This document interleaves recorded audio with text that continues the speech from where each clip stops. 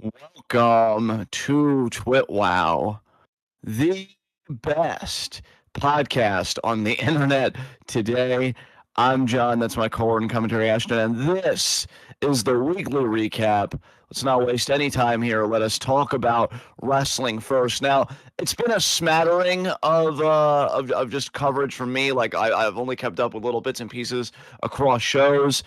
For instance, I know that Joe Hendry is the new NXT Men's World Champion. He won the ladder match for the vacant title. Of course, we know Oba was the vacating champion. We'll get to him in a little bit. I have to say, look, I've never had a problem with Joe Hendry. I even kind of like him like a little bit. Um, I feel like he's a better chaser, though. To me, I really wasn't that impressed with this TNA World Title run, and him just winning this. Gesundheit. Okay, I'm gonna back away from the mic a little bit because I got told from Ashton that it sounds like I'm eating the mic. I That apologize is for much that. better, thank you. Yeah, I have crisp on. That's why I felt the need to get close. But regardless, so I feel like Hendry is a better chaser than a champion. I really wasn't impressed with his TNA World Title run. But you know, we'll see what happens. I personally, it's a shame what's happened with Dark State. I think you said it well when we were kind of talking about it, either during Rocket League or whatever the fuck. Where it's like whoever started Dark State seemed like they were really behind them and wanted this to be almost like a spiritual successor to the Shield and stuff like that. And then something may have changed internally, and now who's ever in control doesn't like Dark State, because I think this would have been a great opportunity for Dion Lennox to win. I mean, heel Ricky Saints. I mean, why even betray Javon Evans and meddle in the whole title picture this way? So Joe Hendry also kind of feels like a random choice. Again, I'm not against Hendry by any means, but I think he's a babyface that could use a bit more build-up, and I really hope he doesn't hold the title for very long, again, because I just think he's a better chaser than champion. Even Keanu Carver would have been interesting, but you know what? In a way, I kind of get it, because I think NXT didn't want to come off like we're trying to replace Obafemi immediately, kind of thing. But I've liked Keanu Carver too, man. I mean, go back, guys, to our Evolve reviews when we were actively covering that show, and hear me talk about Keanu Carver, especially his potential as a babyface, which I still wholeheartedly believe in. But yeah, Ashton, did you have any thoughts about this? About Joe Hendry's You know, NXT Men's World this Champion? this whole sort of saga of Javon never being able to beat Oba and Oba winning the title back from Ricky and then Ricky betraying Javon and the random Tony D appearance at one point and just all the nonsense. And now Joe Hendry winning the world title. It's really got me convinced that NXT is a product that I should absolutely pay attention to via YouTube clips and not keep up with regularly, like actually watch the show. Because the main reason for me personally to stay invested in NXT is to keep up with the talent, because that's the whole thing with NXT is like it's like the breeding ground for who you're going to see on the main roster, who's going to be on future, potential WrestleMania main events. I've said that about Sol Ruka, that I think she's a future WrestleMania main eventer. I wouldn't have known about Oba. I wouldn't have been such a fan of his a long time ago if it wasn't for NXT. But at the same time, I think that my headspace and my mental health would have been far better even while Oba was in NXT if I had just gone out of my way to find him, clips of him rather than watching the whole product. Because suffering through Fraxium's tag title reign and then watching them beat everyone only to drop the titles to Hank and Tank, and then watching Hank and Tank beat everyone and then only lose the titles to Dark State because all four members managed to help get that done, and then Dark State just lost the titles to the Hardy Boys anyway. I mean, that's suffering. That's misery. That's not anything that I should have put myself through in the first place.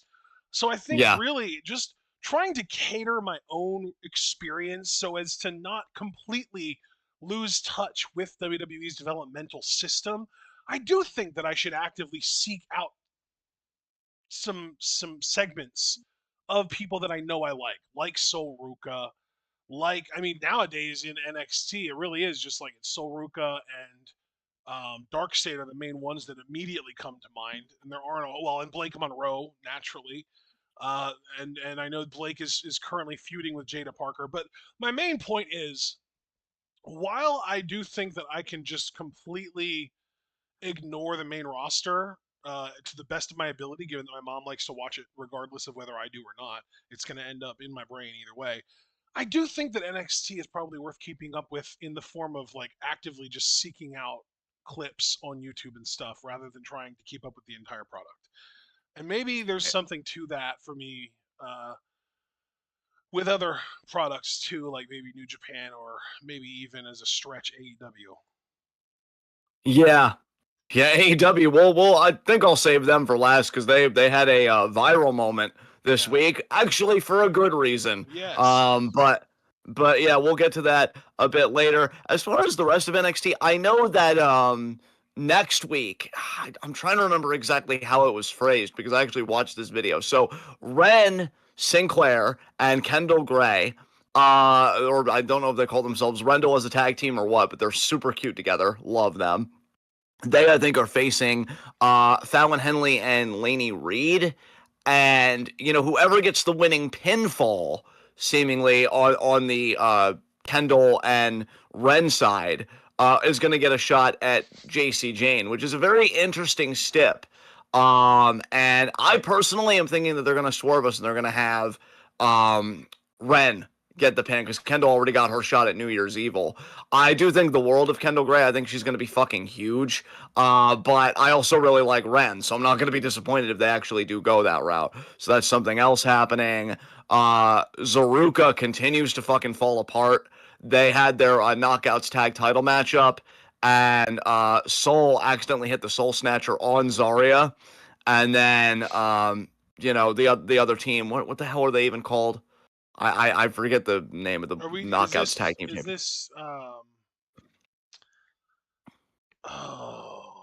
god. My brain is not cooperating right now. Dude, mood. Dana Yeah, Brooks. I'm Is this Dana Brooks faction? yes. Okay. So I'm assuming it's M by Elegance and Heather by Elegance then? Oh, okay. Oh, you're right. You're right. So we'll just call them the Elegance for shorthand so that my brain doesn't have to work too hard. The Elegance retain the Knockouts tag titles because Aruka's falling apart. I'm going to be honest, like, this story has its moments, but it's been going on for how long now? Like, do Oh something. god, yeah, You know? too long. Too long. I mean, dude, like, I'm not even trying to be hyperbolic. It feels like it's been going on for a year. I know it hasn't been that long. I don't think. But, like, Jesus.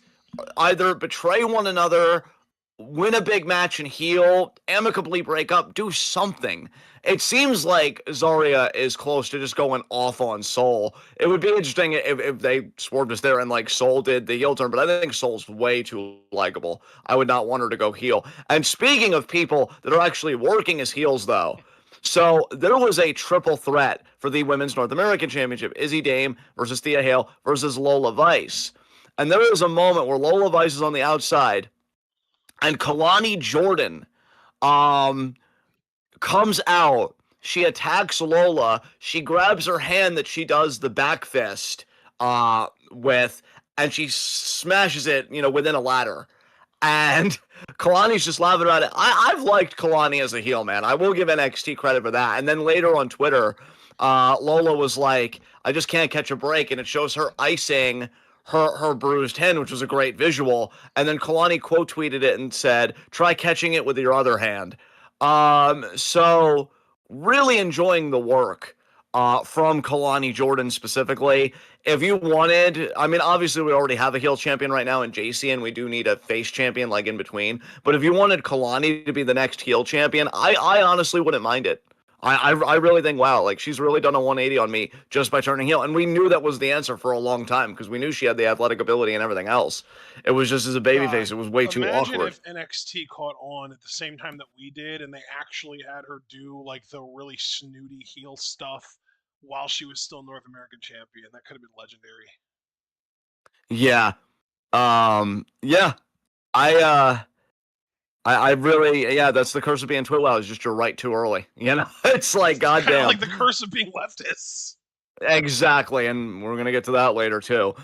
Super Blue, thank you for the correction. So let me do an editorial correction here. It is Soul and Zarya because we know JC actually did call out Soul because I guess Soul eliminated her from the Women's Rumble. So it's going to be Sol and Zarya versus QCC. Whoever gets the pin faces the champ. So Super Blue thinks that Zarya is going to get the win or steal it. I think that would be interesting too. I'm cool with either Zarya or Ren getting the pin because I think Sol and Kendall are too obvious in a way, and I'm not worried about either one of them. So I think you give it to one of the lower tier women, like in their respective tag teams. That would be interesting, especially because I don't think Ren has challenged for the NXT Women's Championship. Then again, neither is Zarya, but at least Zarya got to defend on Sol's behalf the Women's North American Championship, Yeah. which, by the way, as far as the triple threat goes, Izzy Dame did retain. So I'm happy to see that. I'm happy to What was see the that if triple she is threat? her versus Thea Hale versus Lola Vice. Because I had started mentioning it. I'm glad that Izzy retained then. That's good. Yeah. I'm glad too because I'm hoping that the Blake Jada feud leads to, I'm assuming Jada challenging and winning the North American title from Izzy. See, and it's funny you say that because I've been saying this whole time, like I think Jada's just going to be the one to beat JC Jane. But again, we'll see. Um, So yeah, I think that's all really from NXT that I paid attention to. When it comes to Raw, thank you for paying yes. attention to it at all because I don't. Okay, so let me ask you this because I don't want to like overtalk here, and I know when I speedrun, I kind of lose sight of my surroundings. I know Raw had some stuff, so let's start with the big thing. Did you see the Punk Roman promo segment? Yeah, I did. What'd you think? Because you sounded like you enjoyed it, but I don't want to, I was infer I was being enthusiastic because I felt included, but I hated the segment. Oh, you hated the segment. First of all, that was precious. Second of all, I still want you to talk though. So why did you hate this? I have an idea, but just for our audience, like, why did you hate the segment? Because they buried Drew McIntyre constantly throughout the whole thing. Yeah. And specifically CM Punk buried fucking everyone. Like, he did not give a shit. He tried on purpose to make everyone look bad except for himself. And yet he was the same guy that during the Summer of Punk all those years ago was like, look how many people the machine keeps down. He used to name drop people that got released, like Chris Masters and fucking David Smith. Yeah. Boy. Yeah. And now exactly. And now he goes to this. And like, yeah, I kind of groaned at that too. Really, I'll say this. For the most part, I liked Roman's side of the promo because he sounded legit pissed. And I like that he mentioned the podcast and I like the problems that caused for him because I realized in all this time, we never really thought about like how that would affect Roman because he was kind of the meme coming out of that, at least for a time, make him look really, really, really strong. And you know what though, to be fair, Roman has every reason in the world to hate Punk because I do think that part of that podcast set Roman's career back by like a decade almost. Yeah. Yeah. Because if we don't get that part of that podcast, the crowd isn't as viscerally against Roman's success from that point forward. And it doesn't take him having his legendary heel run for the crowd to finally warm up to him. Like, you could argue Roman Reigns was not as successful as a babyface as he should have been until his most recent current face run, which started in 2025. Yeah. That is so ridiculous. Like, this is a dude that they wanted to be a thing in like 2014, 2015. Didn't he like, wasn't his like most eliminations Rumble 2014 and then he won it in 2015? Yes. Yeah. Yes. So they wanted him to be a thing that early in 2015 because that was the year that he main evented against Brock and Seth came in and made it a triple threat and all that. But they wanted Roman to be anointed in 2015. And the crowd just would not buy it. And a lot of that is because of the podcast that Punk did during the summer of 2014, making it very clear that Roman is just a WWE machine guy. So yeah, like that's crazy. Roman has every reason in the world to resent the shit out of Punk, and I'm not even just talking about like from a kayfabe perspective. I'm talking about like as a shoot. Fuck that guy for Roman. Yeah, bro, I gotta tell you, the part of me that we all know exists that's incredibly petty and Schadenfreude and all that. I deeply respected when Roman just came out and said, "I'm picking you because I hate you." Yeah. Like just saying to his face, "I hate you," and I'm like, you know what? Yes. Yes, we need to get more comfortable telling pieces of shit to their face, "I hate you." So, big ups to Roman there, who's also a piece of shit in his own way because, the whole Trump thing and everything Dude, else. But it you is know what? wild the story that they could tell if they really, really wanted to with Roman, Punk, and Seth. And I think that they kind of touched on it last year with the triple threat, but like, man, the idea that the Shield was brought up, and by up I mean like promoted to the main roster basically, to quote unquote protect CM Punk by Paul Heyman. Like Heyman was the mastermind behind the idea of bringing up the Shield to protect Punk in 20, what was it, like 2011 that they got brought up or something like that. And Yeah, like the idea that like that was a Paul Heyman plan or scheme, and yeah, like when Punk quit, he fucking threw Roman under the bus the way he did, and that 2014 was the same year that Seth betrayed Roman and Mox, and like yeah, like it's just wild. It's just there's so much lore and history there. It's kind of crazy. yes, dude, absolutely. There's part Um, of me that almost does wish that Moxley would leave AEW to come back to WWE just to have a run of like legacy shit, like feud with Punk, feud with Roman, feud with Rollins, do the triple threat with the Shield, and then reunite the Shield for some crazy shit afterwards. Like yeah, could be insane because I feel like they did too many Shield reunions in too little time while all three of them were in the company to the point that it kind of became almost like DX reunions. Like, oh, we're doing yeah. this again, okay? But it's been six and a half, almost 7 years at this point that Moxley's been out of the company entirely. So if he would come back, and it wouldn't surprise me if he does someday, but assuming he comes back in time to still be able to go and for Rollins and Roman to both still be able to go, man, that's going to blow some roofs off some buildings. Oh, dude, absolutely. And yeah, it should be an interesting match. I'm not even going to say a good match. It should just be an interesting match.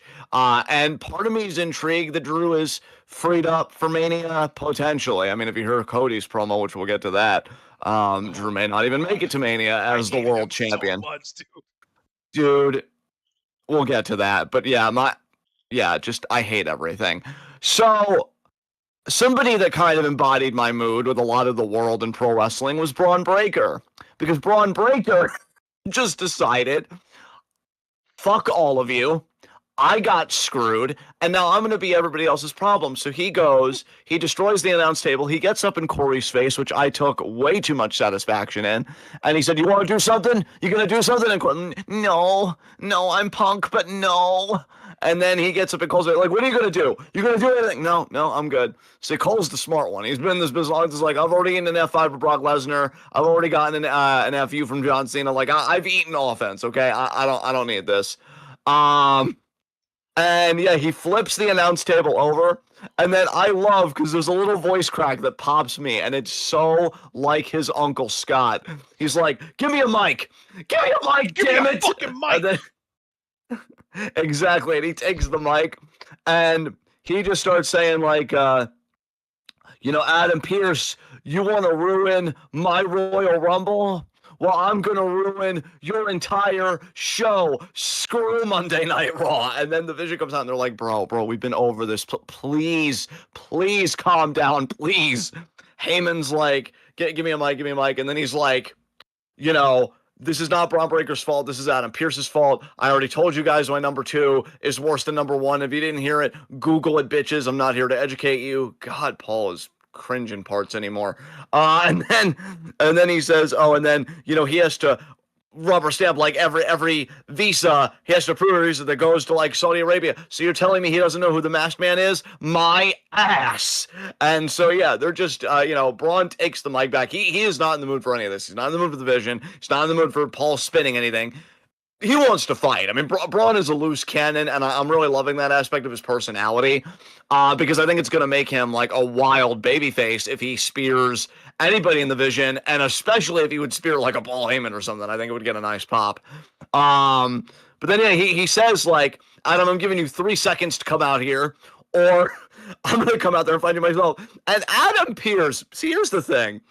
I've really enjoyed this run of GMs with like Nick Aldis and Adam Pearce on Raw. I know I sometimes like make fun, especially with Sean. I haven't done it in a minute with him, but we used to like rag on Pearce a little bit in a very fun and innocent way, you know, nothing malicious. I genuinely liked Adam Pearce here. He's like, I'm gonna do you 2 favors. I think the one he said, I forget the one that he said he was going to do, but I know the other one was, I'm not going to fire you for that piss poor performance in the Rumble. And I'm like, damn, he threw it back in his face. And Braun, like, hearing that, he's like, oh, fuck you, dude. He goes out. He's pursuing fucking Pearce. But then LA Knight from behind comes in and lays out the Vision with steel chairs, and he like leaves. He kind of does like a guerrilla attack, you know, hit and run. And then Braun's just kind of looking at Heyman, and I found this very interesting. And he's like, "What are we doing, man? What are we doing?"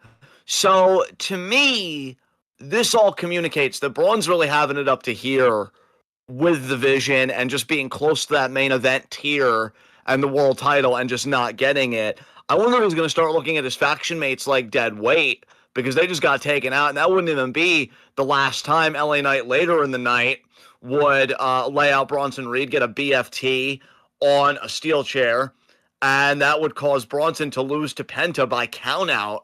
So, yeah, LA Knight now is in this program with the Vision. Hope they squash him again. We'll see what happens. But, yeah, as far as Braun Breaker goes, did you see any of this? And if so, like, what do you think his direction is going to be? I might have seen, like, a recap of it, and, like, just you and I are in very different places in terms of Braun Breaker, because it seems like you're really bought into him as like a main event guy, and I am not. Okay. I think I'm just really like, I think I just have like Braun Breaker burnout, and when I see him like running around the set tearing things up, it almost comes off as like a temper tantrum to me, and I'm like, damn, like someone get this guy his binky, you know what I mean? Damn.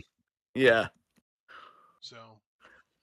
And I think also it's great for you, but it probably doesn't help as far as the Braun Breaker stuff now that Oba's like on the main roster and you're like, this is the real top guy right here, let him cook. Because, well, let's talk about that, because I'm sure you had to see this where he takes out the fucking War Raiders by himself. Yeah, and not even in a match. They were supposed to be in a tag team match against another tag team. And Oba's music just hits, and he just comes out and he just beats both of their asses without even needing a bell to ring. It was great.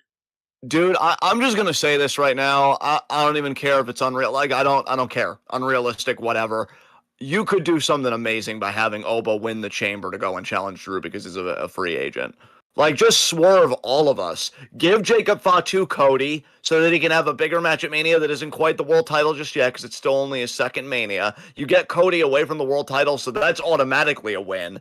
And Drew and Oba had that little interaction a while back at that one Saturday night's main event, so they've already kind of interacted. And yeah, just Oba just comes out of nowhere. Like, I really would not give a shit. I think it would make Oba look like such a force because he took these guys out by himself, just in a segment. Like you said, it wasn't even a sanctioned match. And then on Friday, Kit Wilson, who played his part to perfection, says Oba's toxic, and then Oba just beats the fuck out of him too. Like, proving his point, but also yeah, really. Well. But, like, as much as I would love for Sammy to start the chamber match and go full circle, you know, pillar to post, and win the damn thing and get another shot at Drew and finally beating him at WrestleMania, I don't see that happening. And so, again, to me, it's either, and I could be wrong about all these, and they could just go in a completely different direction. It's either Jacob, Cody, or maybe even Randy, because Randy and Drew have such history. I don't really think it's going to be a challenger that I like, is essentially my point. Unless it is Jacob, I'd be fucking thrilled.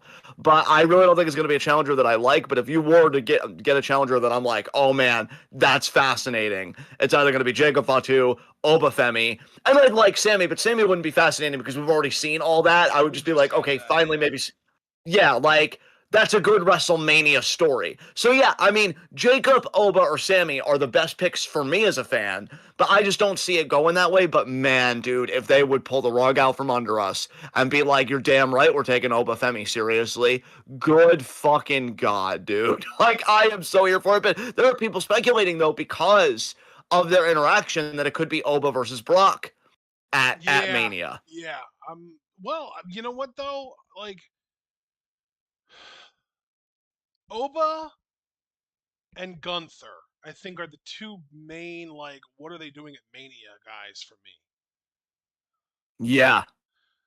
And I think that Brock has been brought up as a potential opponent for both of them because if Brock wants to retire, Gunther's been doing that to a lot of people lately. You could do that. Or if he just wants to, stick to this super light schedule that he's worked for the last several years, he could put Oba over and make him look great. I mean, bro, I've even been wondering when it comes to Gunther because, dude, you already know, like, I don't care about the logic you and I have, right? Like, I mean, obviously I care about it, but, like, just thinking about the company, our logic doesn't really matter. You know they don't care about a brand split or anything like that. They never fucking have. No. What if Gunther just faces Orton at Mania in, like, a career-threatening match? Because Orton's been around for fucking ever. And he just had that back surgery, and even though he's still doing RKOs and he looks great, like, he may be thinking, I've got more behind me than in front of me as far as my career. So it could be Gunther versus Orton for all we know.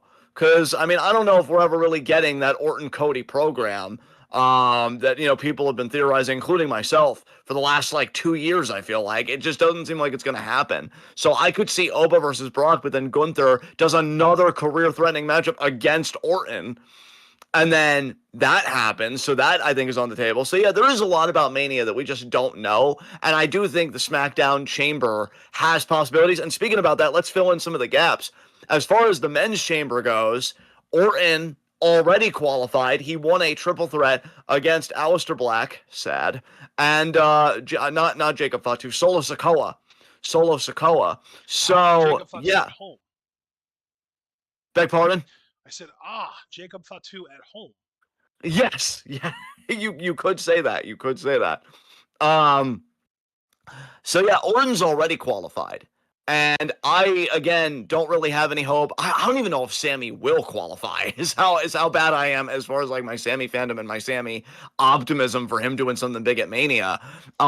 Because we already know Jacob Fatu is gonna have a qualifying match, and Cody Rhodes is gonna have a qualifying match, and if Sammy isn't either one of those, I don't really know. I just really don't see it going well. So, yeah, men's chamber's filling out. And then for women's chamber, Tiffany was the first to qualify. Isn't that great? That's so fucking wonderful. So, yeah.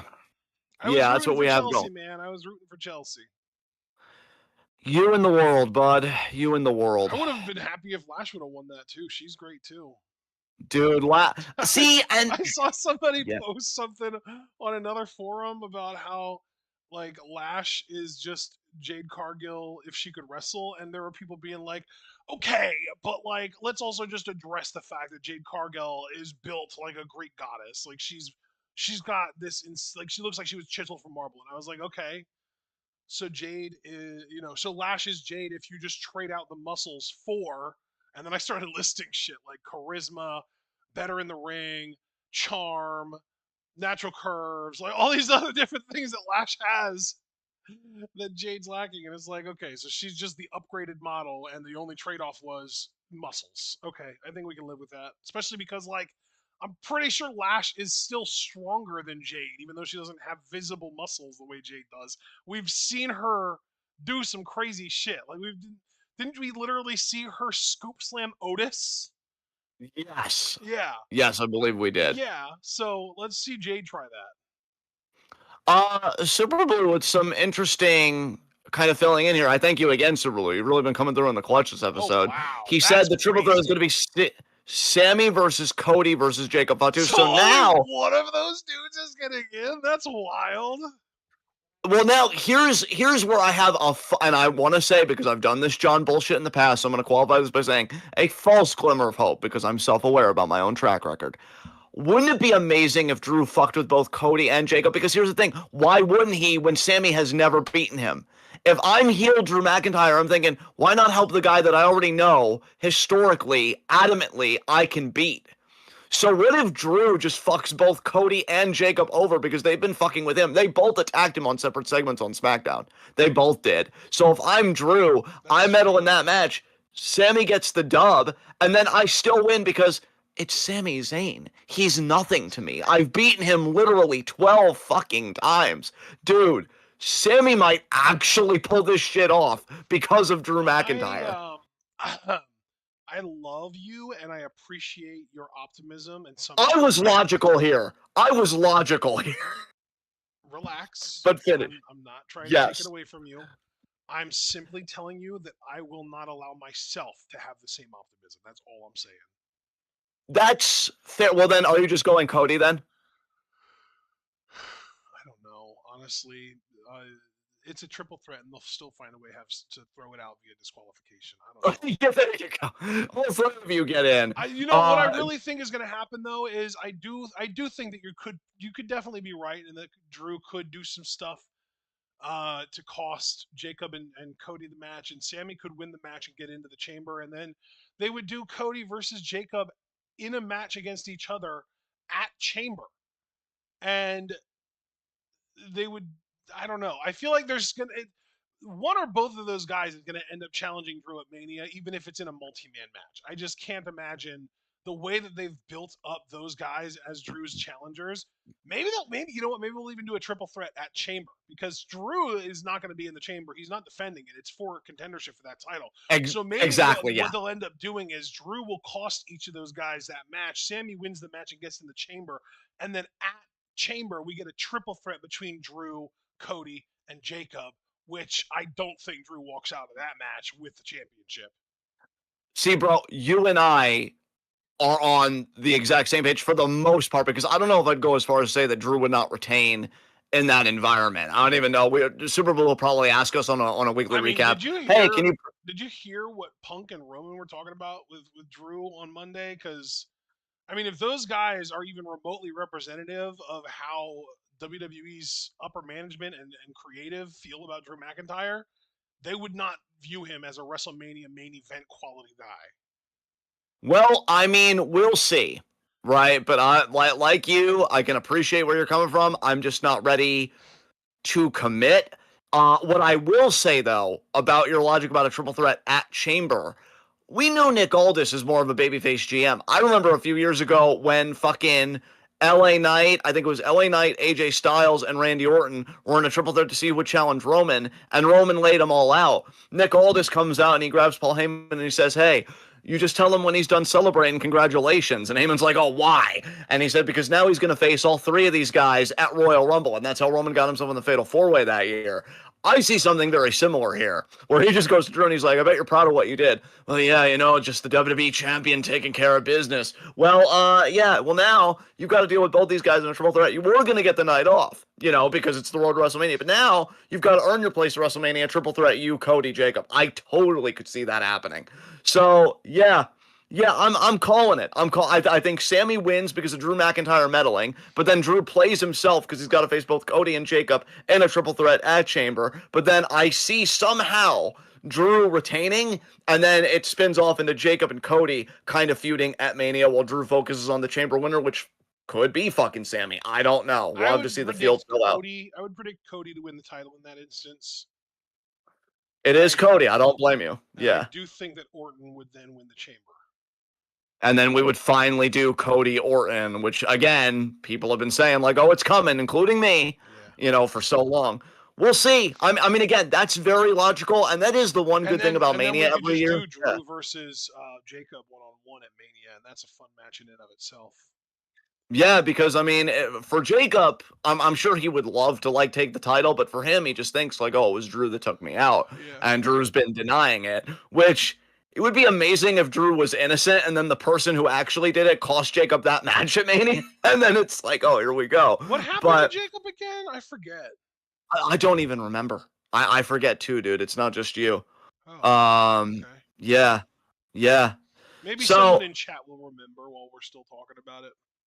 I mean, Super Blue might go 3 for 3. He's already filled in 2 fucking things for me. So, yeah, that is essentially the SmackDown side of things. Again, Tiffany did qualify for women's, which, you know, speaking of women's, I just hope that Jade and Jordan kind of get their stuff done at Chamber. They did win a tag match against Raquel and Liv after Raquel accidentally booted Liv. So kind of building that story as well with that tension.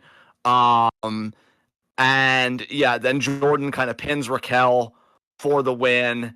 And, her and Jade have kind of, been at odds, obviously. Oh, this was So when we'll have I to see fell what happens asleep. This was when I fell asleep. I fell asleep during SmackDown, and it was during this match because I remember watching part of the match, but I ended up having to ask my mom who pinned who, and she was like, Jordan pinned Raquel, and I was like, oh, that's good. At least Liv didn't get pinned. Yeah, there you go. Because Liv won the Um, Rumble. We got to keep her credible for the WrestleMania match. yes. And then I guess the only other, well, actually, before I jump the gun here, was there anything else WWE related that you could think to talk about that you would want to put on the table? Um, Julia and Kiana James challenged for the women's tag titles and lost. That was pretty cool. They were fun. Yeah, and she also said that Julia would qualify for the women's chamber, which I would love. I want people to remember who the fuck Julia is. I'd like it to start at the head of the company, and then trickle on down. But Yeah. God, I still miss Julia and Marta Gold. Fuck. I Um, you know who I miss more than anyone in the WWE right now who is actively still able to wrestle and we are confident will definitely continue wrestling that isn't like already retired or could potentially retire? who? The Street Profits. Yeah, yeah. I added Oh all yeah. those Speaking of, qualifiers because like Big E and Kevin Owens are at the top of the list, but like Big E just officially announced that he is retired, and KO we don't know his status. We just are hoping that he's able to come back. yeah. God, if nothing else, they need to put Kevin Owens, like, if he can't wrestle anymore, which would be fucking tragic, like on color commentary or something. Make him the new color commentator for Saturday Night's Main Event at the very least.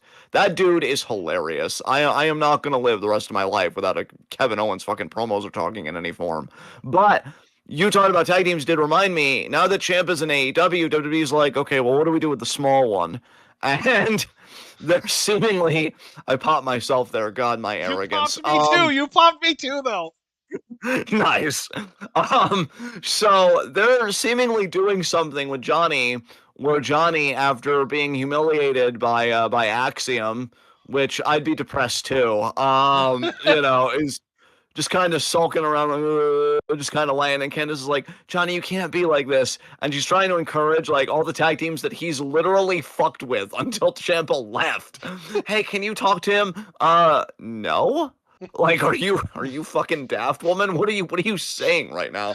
Um, and she's like, Johnny, we can't be like this. So I'm just gonna ask, man. Look, I'm not nearly as passionate about this as like the SmackDown Men's Chamber or the WWE title picture. I think you and I had a pretty nice conversation about that. I'll be more straightforward about this. Is Johnny gonna go back to being babyface Johnny wrestling or nah? I What are we don't doing with Johnny? know. I don't know, but I do know that I am intrigued by this and that they're going to get me invested in Johnny Gargano again because whether it is him going back to ultra babyface Johnny Gargano, aka the new Heartbreak Kid Johnny Gargano, or if they go more in the heelish direction and have him be like a smarmy, shit-eating grin type of baby face like he was with The Way, I'm down either way. I love both versions of Johnny Gargano, especially because like Champa being gone, God, that the best Johnny Gargano is a Champa-less Gargano, as far as I'm concerned. Yes. Yes. I too am a little intrigued. Again, I'm not nearly as invested as like the main event scene because I do see more possibilities there. Some of them absolutely painful, but then other ones like I believe. So we'll have to see what happens. But with Johnny, you have a solid babyface there if you want to go that route. If they want to just be like, no, I doubled down. It is good being a douche to others and like continue the heel run. I'll be like, good for you, Johnny. Good for you. But I Yeah, probably won't watch. you So, it's no you would skin off gain my ass respect either for way. him. Oh, absolutely. Absolutely. It's the way. But I guess with all of that said, Good times. let us talk Good about the times. big winner. Wait, I'm sorry. Say that again. I just said good times, good times. Indeed. But now let's talk about the big winner this week, seemingly in pro wrestling.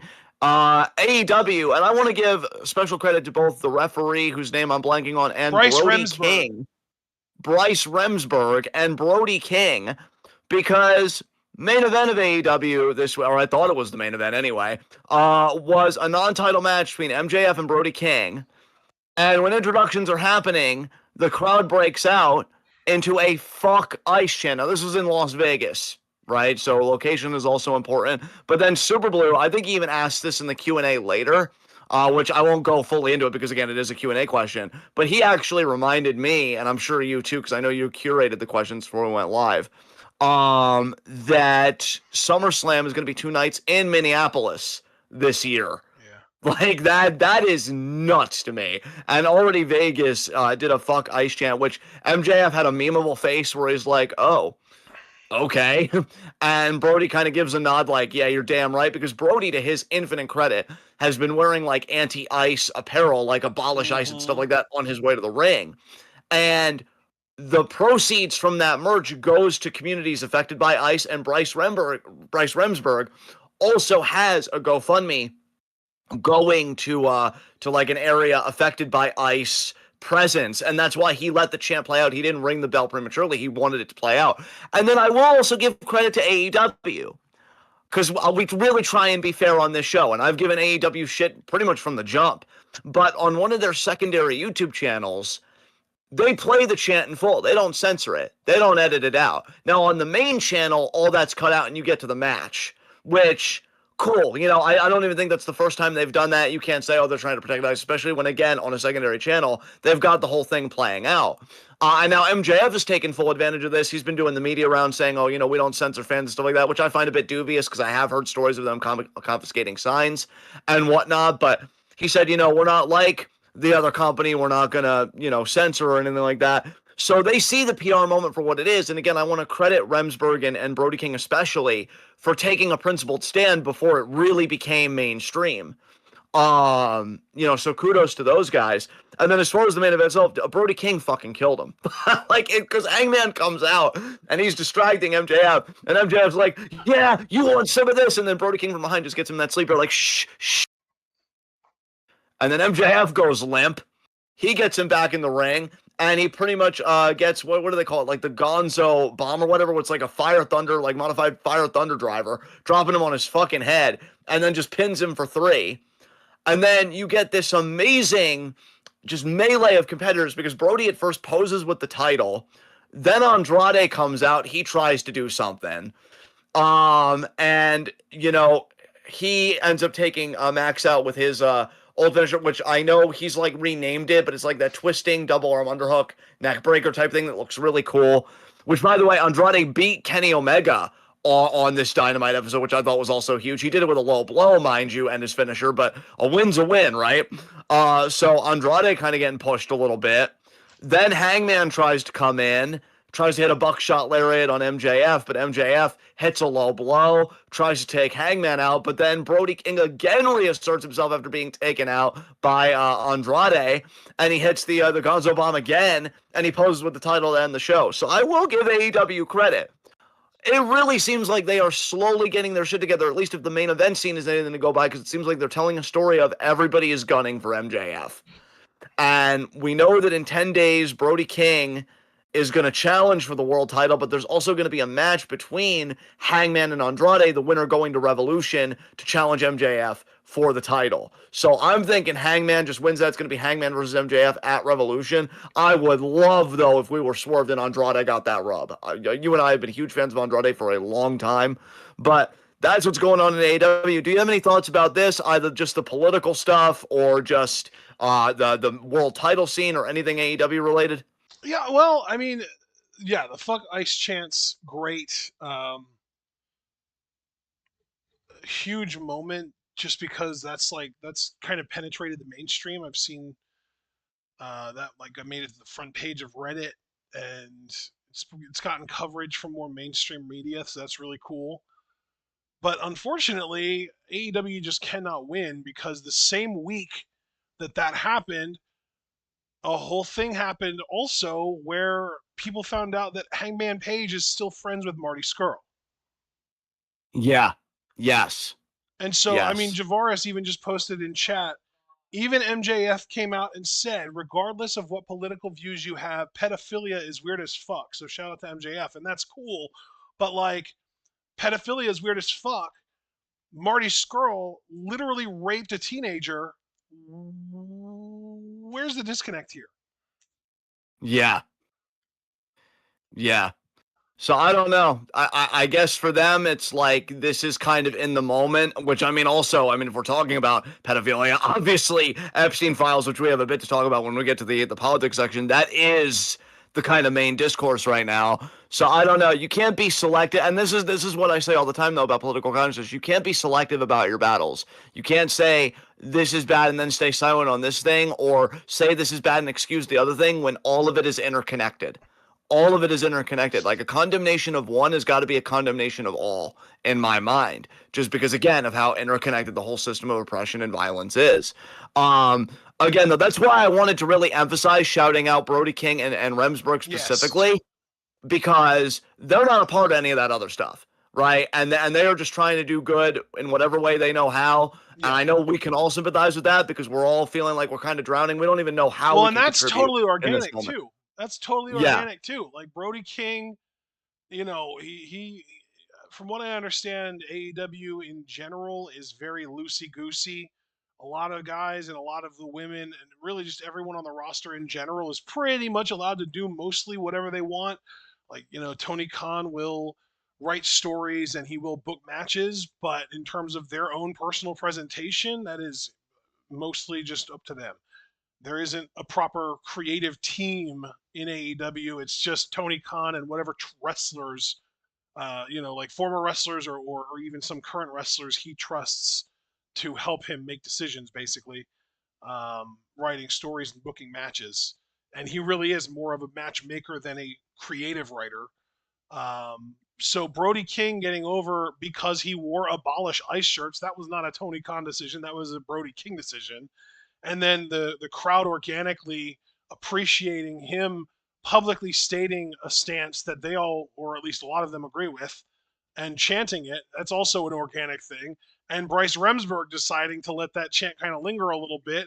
That's also an organic thing. So everything cool that happened here has nothing to do with the actual system or structure of AEW. It is entirely the individual performers.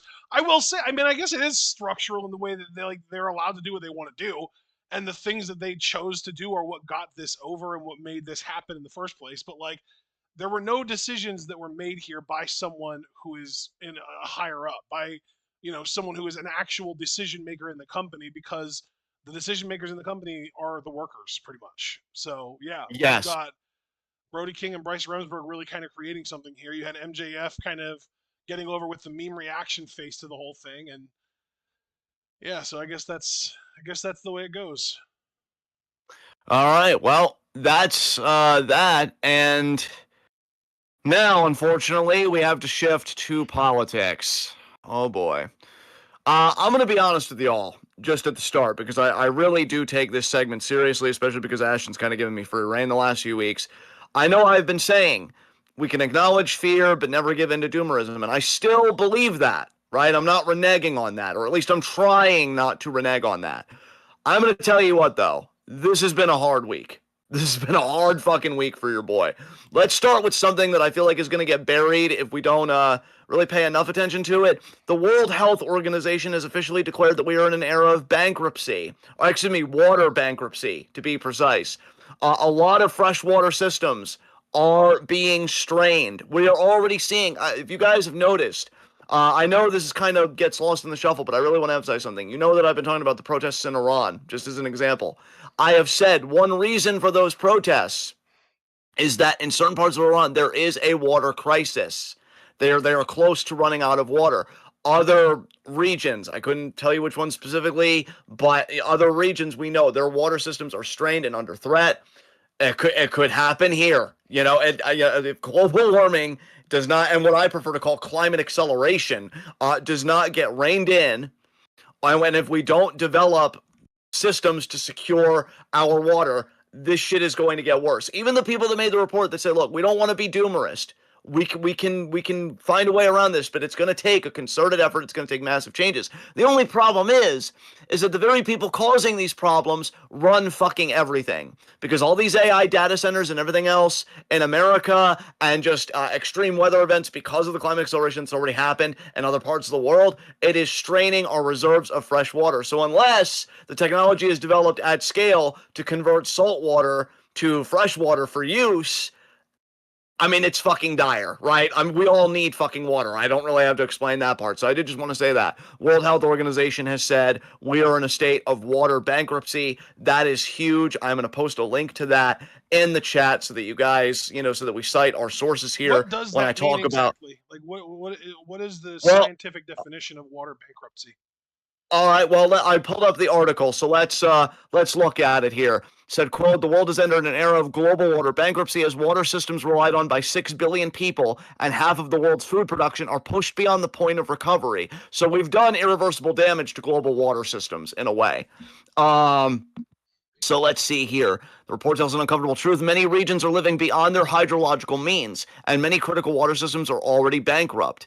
If we continue to manage these failures, blah, blah, blah, blah, that was a quote. Let me see if I can get more actual numbers here. So there is water. Okay, so water bankruptcy is defined as long-term over-extraction has degraded aquifers, rivers, and ecosystems, reduced hydrological carrying capacity, and caused irreversible damage. Only partial, costly recovery is possible. Governance must focus on demand reduction, reallocation, and adaptation. They said declaring bankruptcy is not about giving up, it is about starting fresh. By acknowledging the reality of water bankruptcy, we can finally make the hard choices that will protect people, economies, and ecosystems. The longer we delay, the deeper the deficit grows. Well, we're going to probably fucking delay. The UN report draws on satellite data, hydrological modeling, and over 300 case studies to document the scale of water loss. So I think we're talking about large-scale water loss here. More than half of the world's large lakes have lost water since the early 1990s. Over 30% of glacier mass since 1970 has disappeared in certain regions, while about 410 million hectares of natural wetlands, a landmass nearly equal to that of the European Union, have been destroyed over the past 5 decades. Surface waters are shrinking. Those are our checking accounts that get renewed every year. That nature is kind enough and generous enough to deposit some budget, give us some income. It is normal to go to the savings account and buy resilience for the dry years, but what we are seeing around the world is that the savings account are also draining. We are exhausting them. The Middle East, again, Iran's going through a water crisis right now. That's part of these protests going on. North Africa, South Asia, and parts of the American Southwest face the most severe threat as high water stress collides with extreme vulnerability to climate change. Over 1.42 billion people, including 450 million children, already live in conditions of high or extremely high water vulnerability. I mean, this is fucking huge, guy. This, again, I wanted to open with this because I know there are so many important things happening. I'm not trying to downplay the importance of anything else, but this is what people mean when they say that again, I prefer the term climate acceleration, but you all know it as climate change. Climate change as an existential threat to global life on the fucking planet. Right? I mean, we're talking so many people are living in an age of like water scarcity or just bankruptcy. And we just totally fucking globally need to change the socioeconomic structure of things. But I was going to understand say, that this is yeah. definitely a systemic thing. This isn't like, you need to take one less shower a week and you're going to contribute. Like, no, this is not This is not something that any individual person can fix or even contribute to fixing. This is a systemic problem. And John, this is something you've been bringing up a lot. This really does come back to the increased use of water for cooling, a lot of like data centers and stuff like that. Like this is a systemic thing. This is something that honestly, with the AI bubble on the brink of popping already, I would say it's probably going to pop within the next 2 years. Might just kind of go away. And obviously, you did say from the article that the damage is currently irreparable, but at the very least, the AI bubble popping will stop the bleeding. See, and here's where I'm always an optimist. If we would, bleeding. Yeah, or at least slow the bleeding. I agree with everything you're saying, and where I am, to my end, a foolish optimist is I'm like, if we stopped pandering to literally, according to the last Oxfam report on wealth inequality, to 60,000 people, because that and their collective are the wealthiest people across the globe. And even then, you could probably even slice that down to the absolute filthiest, richest I was gonna people. say it's like a Yeah, dozen dudes. yeah, yeah. But like again, if you talk about the wealthy class in general, it's Yeah. like 60,000. But then you talk about the filthiest rich. You're right. It's like a dozen. If we stopped pandering to these fucking people, who knows what science could do, right? Like, who knows if we could convert salt water to fresh water and re-up reserves or stuff like that. But then again, I don't know what that does to other ecosystems that Well, no. rely See, on the salt water. problem So isn't converting salt water to fresh water. It's doing it ups like at scale, like, in a huge scale. yeah, exactly, Like anyone can exactly. do it. Anyone can do it. Anyone can boil water or boil salt water to get the salt out of it, and then just you have fresh water. Then you're good. But doing it at scale is a totally different story. Yeah, at scale, I mean, and especially again for the regions hit the hardest, especially when, again, I just want to reiterate because of the interconnectedness of everything. I did mention that African regions were affected. You think in a white supremacist kind of civilization, whatever, especially when the US pulls so many fucking purse strings and everything else, that we're really going to give a shit about Africa's lack of like water supply? Like it just, it's barbaric. And so to transition from that, which is a major climate crisis, which again is systemic. And again, I posted the link in the chat so you guys can challenge me. You could say, "Oh, you read this wrong." Like I'm verifying my sources I here. The wonder link is if it right gets there. bad enough if some of the countries that are basically being used as slave states, namely, I'm thinking of Rwanda. I Yeah. wonder if some of these countries will reach a point of desperation to where they will threaten to withhold their labor in exchange for a little bit more fair treatment. You know what I mean? You would fucking hope. I mean, look, people like Kyle Kalinske and others have been saying, the wars of the future are going to be wars for water and stuff like that. And we're already kind of seeing that happening, in certain regions of the earth. And again, it's all because of this psychopathic financial ruling class. And Mm-hmm. to go from that to the really big story that I know is more immediate in everybody's conscious, but I just had to talk about the climate change thing because I think that is a huge story that's going to get buried in everything else. We need to talk about Epstein again. And we're not going to stop talking about Epstein because this is fucking insane. Like, I am at the point, and I told my family this, it's not even about communism anymore. Do I think communism would be the best way to live? Yes, capitalism has had its chance for a long time. It is a fucking failure. Talk to the wall. It's not a debate for me anymore. It's not. I'm sorry. Um, but for me now, I really we just haven't set anything on fire. And I'm just like, how have we not set anything on fire? Because this shit's insane. I'm just going to read you guys one thing to start. Because when we talk about political action, stuff like that, I'll answer my own question. So apparently, one of the emails in the Epstein files came from Jess Staley, who is CEO of Barclays. And he was explaining to Epstein that he doesn't need to fear possible popular revolt against financial elites because capitalism and pop culture have pacified social movements and people now prefer consumer goods over social justice. Um, and so, yeah, let me read to you exactly what he said here. I'm going to quote Jess Staley now directly. He said, quote, "You want to know why we are not Sao Paulo? Watch the TV ads on the Super Bowl. It is all about hip blacks in hip cars with white women. The group that should be in the streets has been bought off by Jay-Z."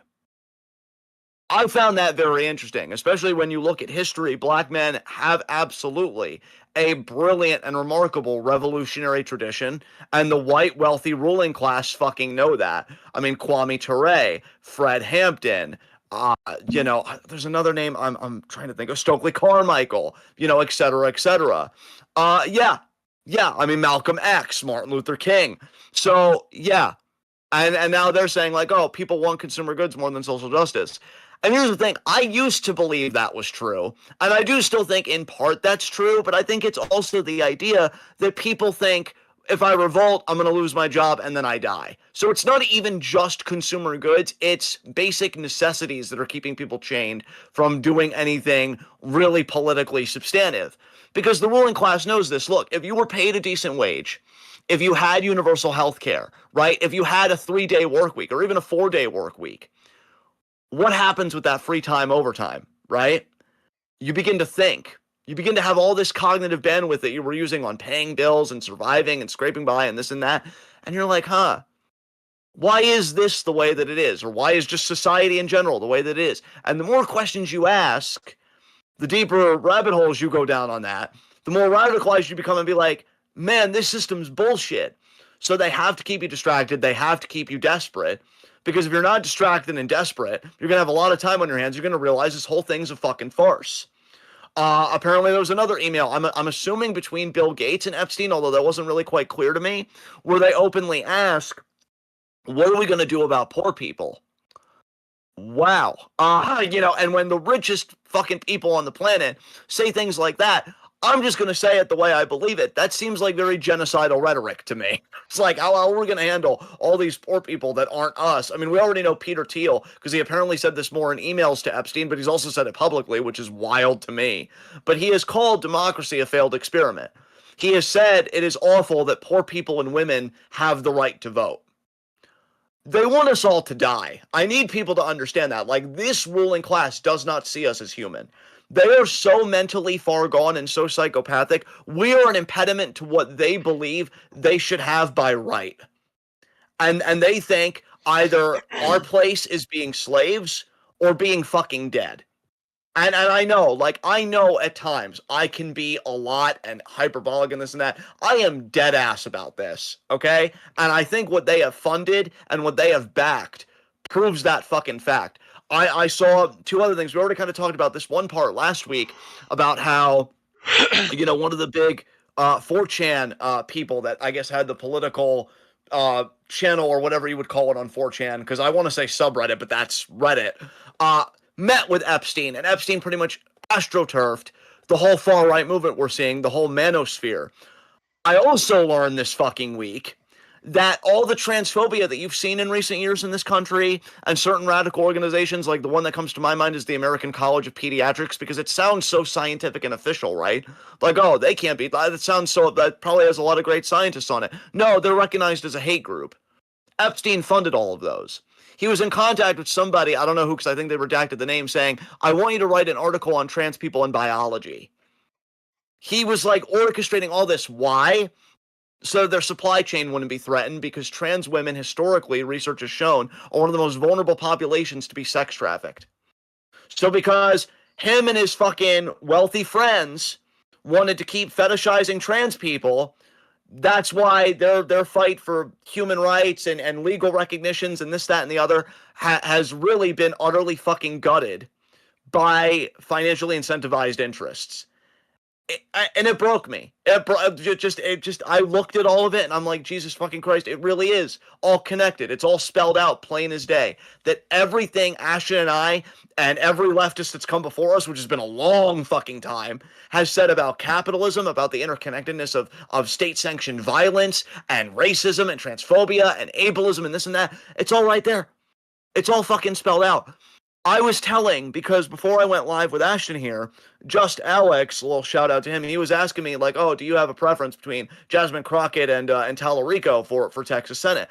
I said, well, look, it's not really my place. I haven't really been keeping up with it. I would side with Crockett just for, like, name recognition, but I know, everybody's got their issues, it's whatever. But then I really went on to tell him, the big thing I told him was, look, bro, for me, I'm broken, okay? Like, we'll do electoralism, we'll do the vote, sure, but I need people to understand that, like, what Minnesota's doing with the mutual aid and the solidarity and the interconnectedness, every fucking state needs to be doing that. In fact, just to give a little cookie here in the midst of all the darkness that I'm kind of spewing here, Mississippi got a detention center that was supposed to hold 8,500 people.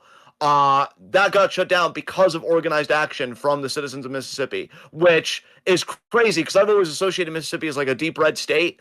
But again, even deep red states have your pockets of progressives and just people that know right from fucking wrong. So kudos to the people of Mississippi that took a stand and got that detention center shut down. We all need to collectivize on this shit.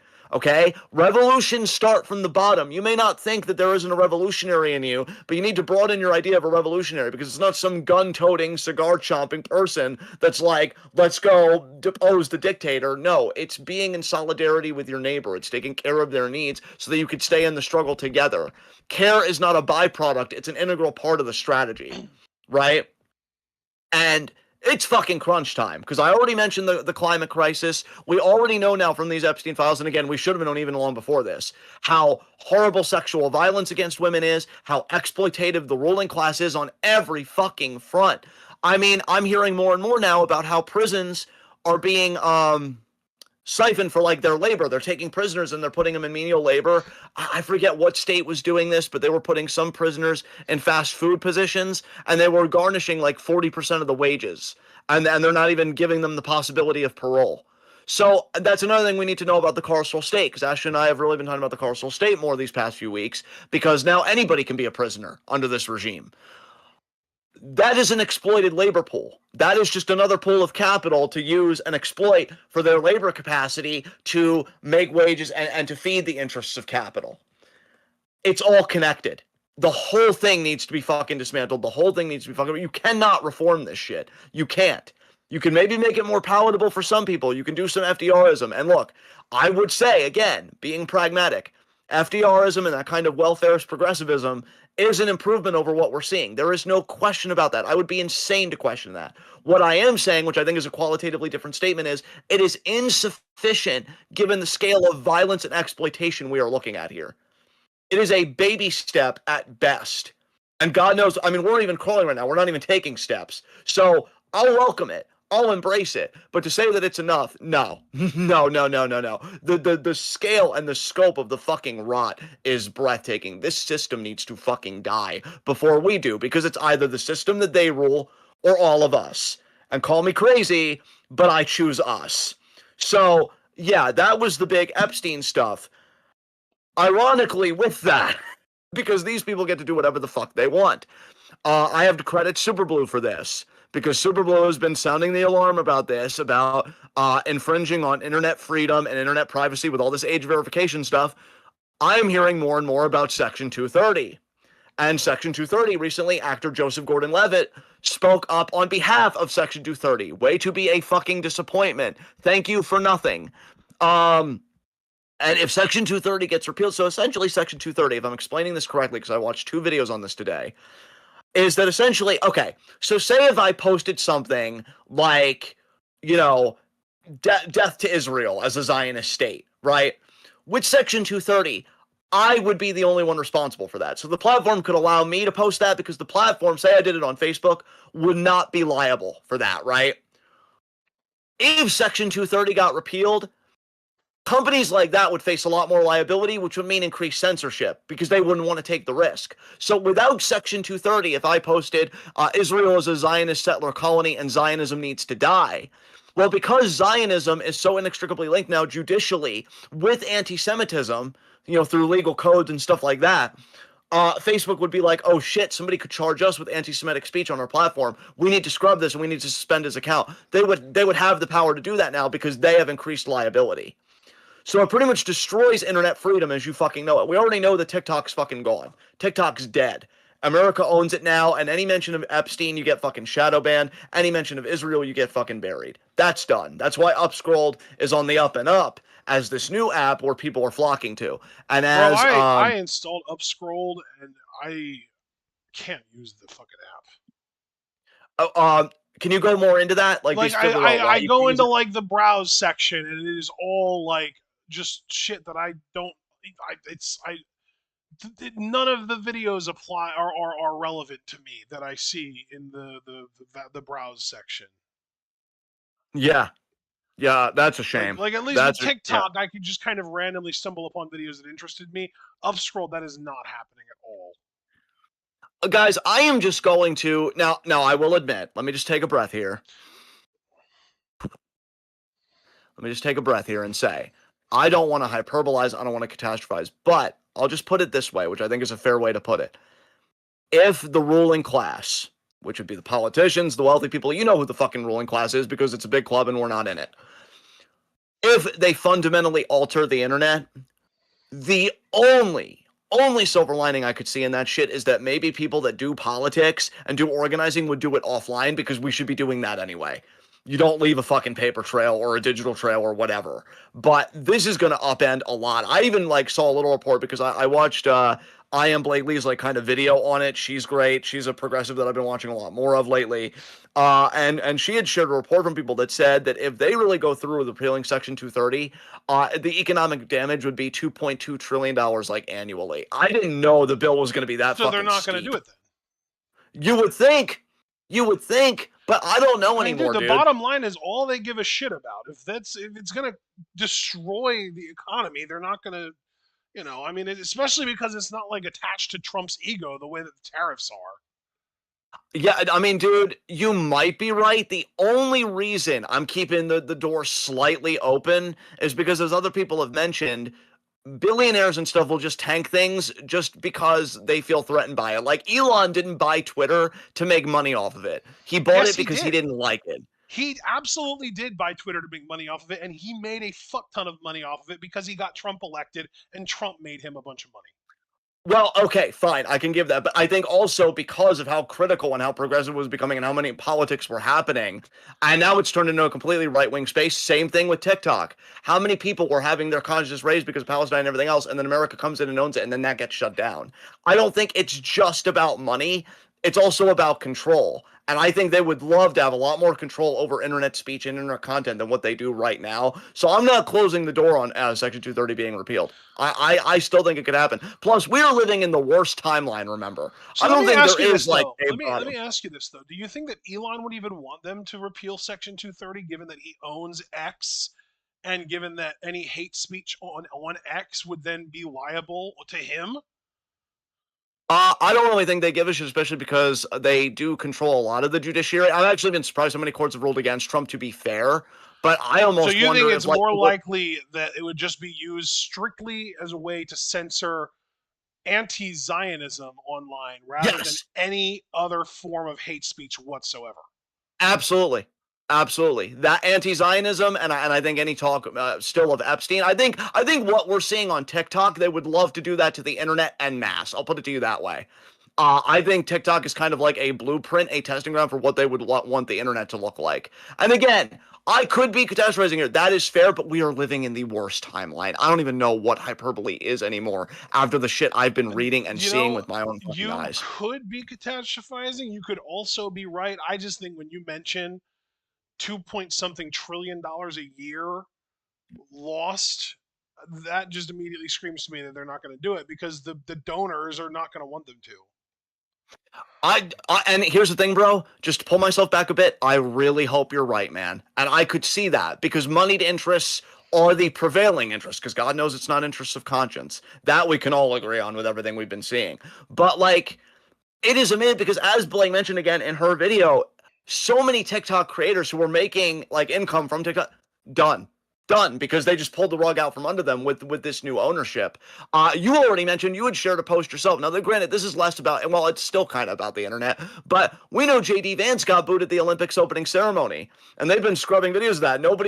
They don't want anybody to see that JD Vance got booed by people and this and that. Like, they're so fucking fragile, and they just want to Well, project their message at all. from what I understand, that video is getting pulled specifically on X, which we Yeah. already pointed out is owned by Elon. Yes. So, like, yeah, Yes. that's like again, that's Elon cooperating with the regime. But then you look at Bezos, who owns the Washington Post, and apparently he cleaned house on the Washington Post recently in light of the Epstein files. So again, like, it is about making money. Yes, I shouldn't have spoke that rashly. Let me start again. They always do want to make money and augment profit because there is no enough for the billionaire class. We mentioned this a few weeks ago. But I think also it's like if I perceive anything could become a threat to me, I'll kill it. I don't give a shit. And so, like, I don't even know what's going to become of the Washington Post now with the mass, like, firings that Bezos did, the cleaning that he did of that paper. Somebody apparently was even, I don't know if they were in Russia or Ukraine. They were in one of the territory, like, in the war right now. And they got noticed that they were fired while in that zone. And I'm like, that is fucking wild to Dude, me. honestly, something that we might end up seeing now, given that you just mentioned Bezos fired a bunch of people at the same time from WAPO, those people Yeah. might just decide to put their experience and ability to use, get together and reorganize a new news source. Like Washington Post, okay, how about fucking Washington Times? Let's, they're gonna they're, a bunch of people got fired from the exact same job at the same time by someone they hated, so they might want to just get together and keep doing what they were doing as a collective instead of being under Bezos's thumb and compete against him. We do, and bro, to your point, we need more autonomous structures here in terms of media, in terms of organizing everything, because Yeah. everything just feels so totalized under the ruling class. And again, that's why I said the one positive, and I say this practically tongue-in-cheek and a bit morbidly, but I mean, for real, like, a lot of the politics that are being done, more of it needs to be done offline, like, because this shit is fucking insane. And I keep saying, guys, if there is a mutual aid organization or whatever in your area, donate financially if you can, donate food to it if you can, donate manpower to it if you can. We all have a part to play here, and shit's getting fucking serious. Like, I'm telling you, it's either you can. I love, because I've seen this meme a few times. You can either have a livable planet or you can have capitalism. You can't have both. And I am thoroughly convinced of that fucking fact. And I don't know. I love you Well, yeah, guys. I because love the yeah. whole driving force behind capitalism is infinite growth. And when you have finite resources, infinite growth becomes impossible. Yeah. And as you have said, and as I've also seen said on the internet, it's literally the ideology of the cancer cell. Like, that is just, yeah, just keep growing, even though you're going to kill the fucking host organism, in this analogous way of speaking. And it's utterly fucking depraved. And we are in the worst timeline. But again, I've acknowledged a lot of fears. I am worried about the water crisis. I am worried about just the climate catastrophes to come just because of all the carbon in the air. I know that I check in on subreddits like Eco Uplift and Optimists Unite that look at a lot of the good stuff happening against climate. Again, like China just being an absolute beast with solar energy and wind, certain areas reforesting, certain populations coming back from the brink of extinction. There are good things happening, right? But it needs to be more, and it needs to be more collective. We can win this. Science, technology, and collective solidarity can fucking win this. I absolutely believe that. Again, like I said, I'm not trying to feed doomerism. I am just being honest from my perspective. We're facing psychopaths here. And that's the one thing I want to circle back to. Whatever the actual concrete fears about internet, about this, about that, there is no denying that these people are fucking gone. And they will kill you to protect their own interests. I mean, again, the Epstein files already proved that. We know that young girls fucking died because they were just nothing to these people. They sexually tortured them and then killed them, and then they're like, oh god, and then it's like, oh well, we'll hide the bodies or we'll hide this. It's disgusting. These people are utterly depraved and they need to be fucking stopped. But I don't know who's gonna stop them. I will say though, progressive Democrats in certain districts, they keep fucking winning. What was that race recently? Was it in Alabama? Texas. Like, what state was it? It was Texas.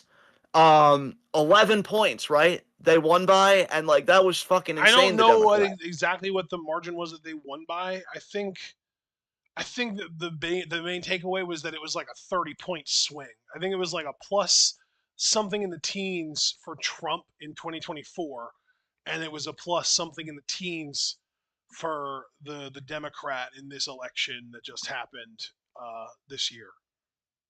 And that leads me, speaking of elections, let me see if I could find an actual source on this, because if I don't, I'm going to botch it and it's going to be a fucking word salad and everybody's going to be like, John, what are you even talking about? FBI, state officials, midterms, because there was a big thing going around where there was supposed to be a meeting. Okay, yes. And I'm going to quote right from NBC News. FBI invites state election officials to an unusual briefing on the midterms. They know they fucking suck. They know they are wildly unpopular and underwater on every issue, because let's remember, this is Kash Patel's FBI, and Kash Patel is as incompetent and as fucking corrupt as they come. And so I'm going to read a little bit of the article here. Days after a tense gathering in Washington, D.C., laid bare growing acrimony between President Trump's administration and state election officials. Because let's remember this, too. Why a lot of people have optimism about the midterms, and they should. I'm not trying to be the poop in the punch bowl here, is that midterms are governed by the state. Yeah. This is not a federal thing. You have state officials picked out for the midterms. Now, I've already said, we have a Republican governor here in New Hampshire that seems very New Hampshire, or it seems very pro-Trump, excuse me. I I'm not so sure, right? I'm a little sus. I think it's healthy to have a little bit of skepticism in these fucking times. So How I don't know how important that's going to are go. New Hampshire midterms this year? Is there like a lot up for grabs in New Hampshire this year? I am going to be honest with you. I don't know at present. I'm going to have to look further into that. I'm always curious about you guys because I know you're in PA, and I know PA is like Yeah, a, I a actually did big my state. research earlier today, and there really is not much going on in PA this year. 2028 is a much more significant election year for PA. Yeah, yeah. So this invitation was signed by one Kelly M. Hardiman, who identified herself as, quote, an FBI election executive. And then one official who was invited and requested anonymity to speak candidly called it, quote, unusual and unexpected, adding that they planned to attend and believed officials from all states were invited. Quote, no one has heard of this person and we're all wondering what an FBI election executive is. Add on top of that, that Steve Bannon on his podcast, The War Room, which, by the way, just to circle back to Epstein very quickly, Steve Bannon was in extensive contact with Jeffrey Epstein, Oh and I yeah, don't want people to. they were good Yeah, buddies. Bannon really wanted oh to my, yeah, repair Epstein's image. yeah, and he hosted over a near 2 hour interview with Epstein. And let's not forget that in Trump's first term in 2016, Trump wasn't even mulling over giving Epstein a cabinet position so that Epstein wouldn't talk. So again, corrupt as fuck. So that same Steve Bannon, not to lose sight of the thread because we're talking about midterms now and just everything going on in the country beyond the Epstein files, he has said, you're damn right we're going to have ICE agents surrounding every polling station and they're never going to steal another election again.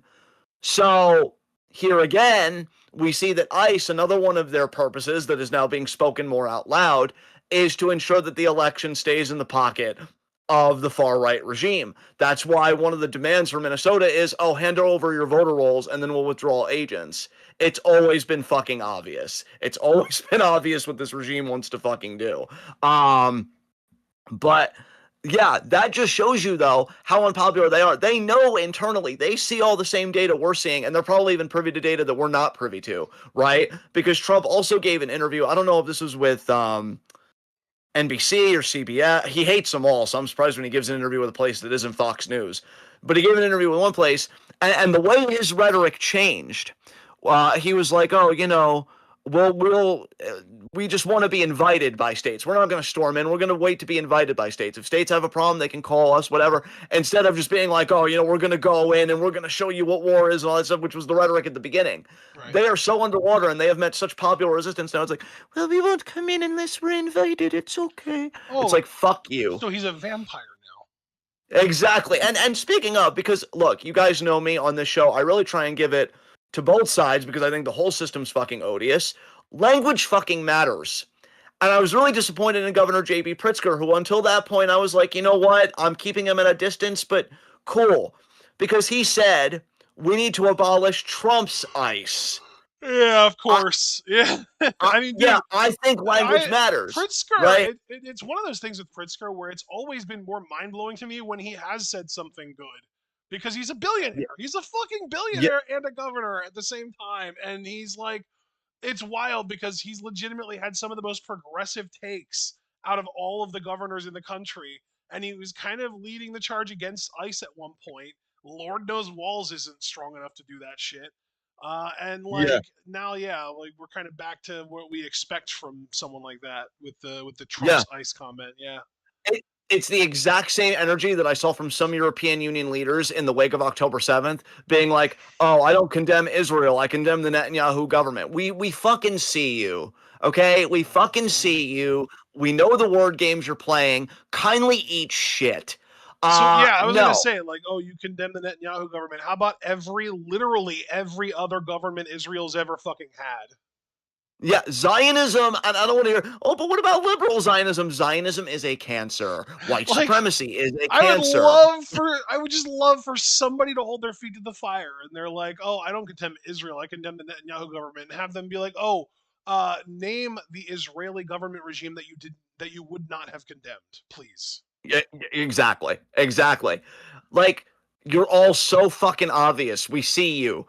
All right. And it's not going to fucking work. I mean, again, dude, it has gotten to the point where it's not even just abolish ICE anymore. There are calls for the abolition of the DHS, which it fucking should be. Yes. I'm telling you, Reagan and George W. were both so fucking awful, and I really George W. still Dude, alive, which it's is really every unfortunate. every Republican president since FDR has caused Yes, so many fucking issues in this country and in the world. yes. And then the Christ. neoliberal Democrats really haven't helped things either, because that's another thing after FDR. You really didn't get a progressive, like a Democrat that progressive ever again, I feel like, because they went more and more to neoliberalism and like, oh well, we just need more police or we just need the markets to work it out. Fuck all of you. I'm telling you, if nothing else, Jimmy guys, even if Carter, Jimmy Carter was decent, wasn't he? he was decent. He had some foreign policy failures, but I mean, Dude, I'm niche like it's the that. United States. Every president has had foreign policy failures. Even FDR, who was the best domestic president, arguably of all time, had the fucking Yeah, Japanese concentration. Like it was bad. yeah, yeah. There's never Yeah. been a United States regime that didn't have domestic failures or foreign God. foreign policy failures. Yeah, yeah. No wonder every other country is like the U.S. is the biggest impediment to world peace. I Well, don't disagree. I do also Um, think that it's worth remembering that after World War II, the US basically signed an agreement with the European Union saying, hey, you guys have to stop imperialism and we're the cops of the world now. yeah, it's our turn to do all the imperialism, Yeah. which we're already doing, but now we want to be the only ones to do Yeah. it. Yeah. And if you try and infringe on it, I'll kill us all. Yeah. But yeah, the point being though, again, I don't even know what we're originally talking about with all this, but no, It's like, really people be unwilling yeah, to yeah, condemn Israel and only be yeah. unwilling to condemn the Netanyahu government kind of being similar to the whole like Trump's ICE comment from Pritzker. Yeah, yeah, and again, like every neoliberal Democrat and just every conservative in general, you Dude, are a cancer on this I fucking have been country. sitting here waiting for my moment. I'm seizing the moment right now. I'm literally sitting here looking at a spreadsheet of uh,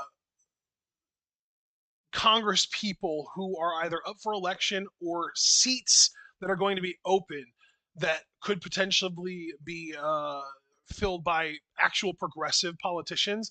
And I saw that the New Hampshire District 1 seat is not going to be, there's no incumbent. So whoever was filling that seat is either leaving or retiring or whatever. And there's a guy named Heath Howard who's running there that is a progressive, like a certified progressive. That if you are in the first district of New Hampshire, because I don't know what district of New Hampshire you live in, but if it Uh, is the first one, you should vote for him. And then if you're in the second district of New Hampshire, the incumbent is Maggie Good Goodlander. Maggie I've heard Goodlander, of her. Yeah. and the progressive challenging her for that seat is Paige Bushemin, I think would be how you pronounce it. It's hard for me to pronounce some of these names that I've never heard of before. The last name is spelled Beauchemin. She is a certified progressive. So make sure to vote for Paige Bushemin in the Democratic primary in the second district of New Hampshire, if that is where you live. Because you said that you heard the name Maggie Goodlander before. It probably means that you live in that district. So definitely vote for Paige Bushemin or Bushemin. Yeah, I just Googled it. Apparently, where I live is part of the second congressional district. Yeah. So that's So, a race that you can vote in that you can influence. You want to vote for Paige Bushemin uh, for the I think this is just for the House of Representatives, but it's like for the U.S. House of Representatives, not just New Hampshire State House or anything like that. And then there is a Senate seat. One of your senators is retiring, I believe. I believe that is Maggie Hassan. Shaheen. Oh, Oh, it is. Maggie Hassan's Is it retiring. Jean Shaheen? I thought it was Shaheen that was retiring. I thought. Okay. Uh, Karishma Manzoor is running for that spot and is a certified progressive, and you should definitely be voting for her. Well, I know when that time comes because that's all part of like midterm elections, right? That I would vote in. Well, the thing is, you want to vote in the primary. You want to vote in the primary to make sure that these people are on the actual voting. What's the thing called? Ballot, so that you can Yeah. vote for them in the actual election. You got to vote in the primary first to make sure that they make the ballot. Right. Okay. Okay. And so, when is the primary happening? Do you have a date on that? Since you already have everything else kind of pulled New up, or Hampshire uh, Democratic primary. 2026 on Ballotpedia. Let's see here. September. Okay. Yeah, all right. September 8th, I'm seeing. All right. Yeah. All right. Yep. So you're going to want to vote Yeah. at the very minimum. I mean, I'm sure there's going to be other elections, but at the very minimum, you're going to want to vote for Karishma Mansour in the Democratic primary for the U.S. Senate, and then in the second district that I already forget her name, Paige Buchanan. Paige Mansour. Paige Yeah. Buchanan. Yeah. All right. There you go. Well, yeah. I think I reported on everything worthwhile in politics. I think I don't even really know anymore, guys. It's so much. I can't even really keep up anymore. I know also just internationally, obviously stuff is still going on in Iran. I don't know. Last I heard that there were people in the U.S. in Iran, I guess, as like part of an embassy or whatever, that got told to evacuate. God knows what's fucking coming. I really do think the U.S. is going to do some kind of strike or something, or maybe Israel do some fuck shit. And Cuba, which I wish would be getting more attention. Again, I don't even really know all the specifics. It's hard for me to get any info on it. But there's like a mass starvation campaign that I think the U.S. is trying to impose on Cuba, either their tariffs or whatever. U.S. has hated the Cuban government forever. They've hated the socialist revolution in Cuba forever. Sanctions and everything else. Just the foreign policy is just on fucking fire, and this is why ultimately, even if it would be a net negative for the U.S., I do root for BRICS, because this is what happens when you are the cop of the world and you're like, you've got to trade in our currency, you've got to do what we want to do. I just want every other nation to just gain more autonomy, because this shit's ridiculous. So yeah, Iran is still in their democratic struggle. No intervention in Iran. The people, I want them to self-determine going forward, and let that work out. Cuba has things going on. Obviously, Gaza is still being genocided, and U.S. real estate interests and others can't wait to seize on that land and convert it into their fucking bullshit. Oh my god, I hate it here. And just everything else. But again, there is still popular resistance on the ground here. Minnesota's still fighting back and strong. Mississippi apparently shut down a detention center. Things are happening, guys, and I'm telling you, when you have climate crises like a water crisis and stuff, when that really comes home here, because I have a real dread that it will, you're just gonna radicalize more and more people each day. It is amazing that what is the radical position today could even become the moderate position tomorrow, with how fucking awful this government is. So again, keep staying informed as best you can, keep yourself in the fight as best you can, and just keep doing whatever you can. I really would like to figure out more to do, because all I've really been doing is just giving money when I have it to places, but I'd like to get more involved somehow. I just feel so limited here. But again, we all have a part to play, and fuck these fucking people. Just absolutely foul and vile. And yeah, that's really all I have to say about that. So now we can move on to pop culture.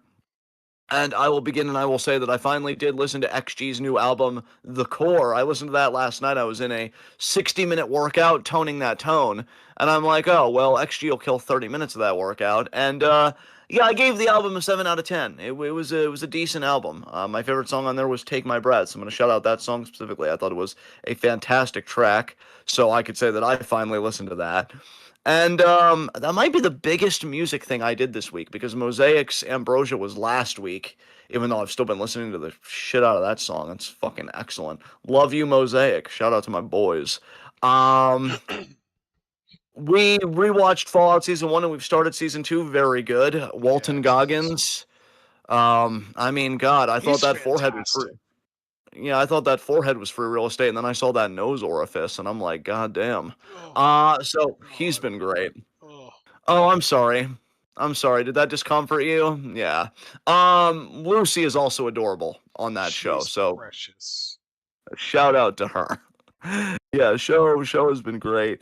Um, I feel like we've watched other stuff, right? Like, have we done anything Oh else this week? God. You know what? I just realized I don't think I've been keeping up with our watch list this week. I feel so embarrassed.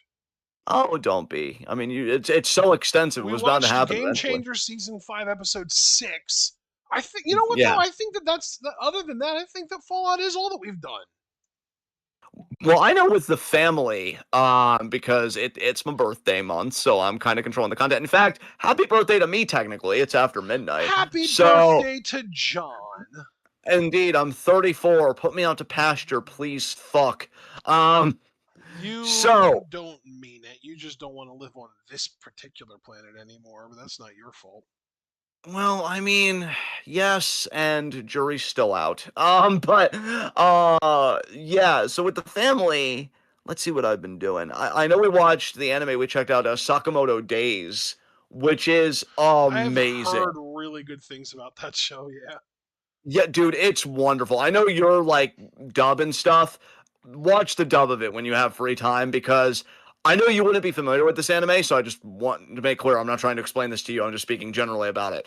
Anybody that is familiar with thank you, Javaris. I just got a Discord message from him. Love you, brother. Anybody that's familiar with the anime Way of the House Husband, which was like a comedic anime about this husband that used to be like he might have also been a mob boss, oddly fucking enough. And he leaves because he falls in love with this girl, and it's just like kind of like a slice of life comedy anime that really doesn't take itself too seriously. It's like that, but I think definitely more fleshed out and caring more about being like a serialized anime, like an anime with consequences, with carryover, with stuff like that. So yeah, I'm really enjoying it. And I know I've got other stuff planned to watch with the family for my birthday. That was like the big thing we checked out. We're still doing season 3 of Traders, which has been insane. Messiest group of traders so far on this show. They just could not get it together at all. Um, and yeah, Sakamoto used to be a hitman. Dude, the anime is so good. I'm actually glad to know that you've watched it because yeah, it's fucking great. I have been watching episodes of GX for reasons I You don't mean Yu-Gi-Oh! understand. GX? Yes, Oh, yes. wow. For reasons I don't understand because every time I watch this anime every couple of years or episodes of it, I'm just reminded both A, how cringe the dialogue is, at least in the dub, and B, just how utterly insane it is. So let's take a deep breath together, shall we? I need somebody. Okay, I've actually come around. See, I used to put this as part of the absurd.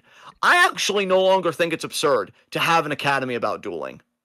I don't, because in the universe of that world, professional duelist has to be like the bulk of that universe's economy or whatever. I'm convinced. So you can't have a short supply of professional duelists for money, right? So of course you'd go. It's pretty much like a glorified trade school, but for dueling. I actually kind of get it. Duelists in the Yu-Gi-Oh universe are what like stock traders are in our world. There you go. They're So like like, they're like yeah, upper class rich people who have a very particular skill that most other people in the world don't get. And because of that, all of the other people in the world basically live to serve those people. yes, yes. Um, so I get that. Okay.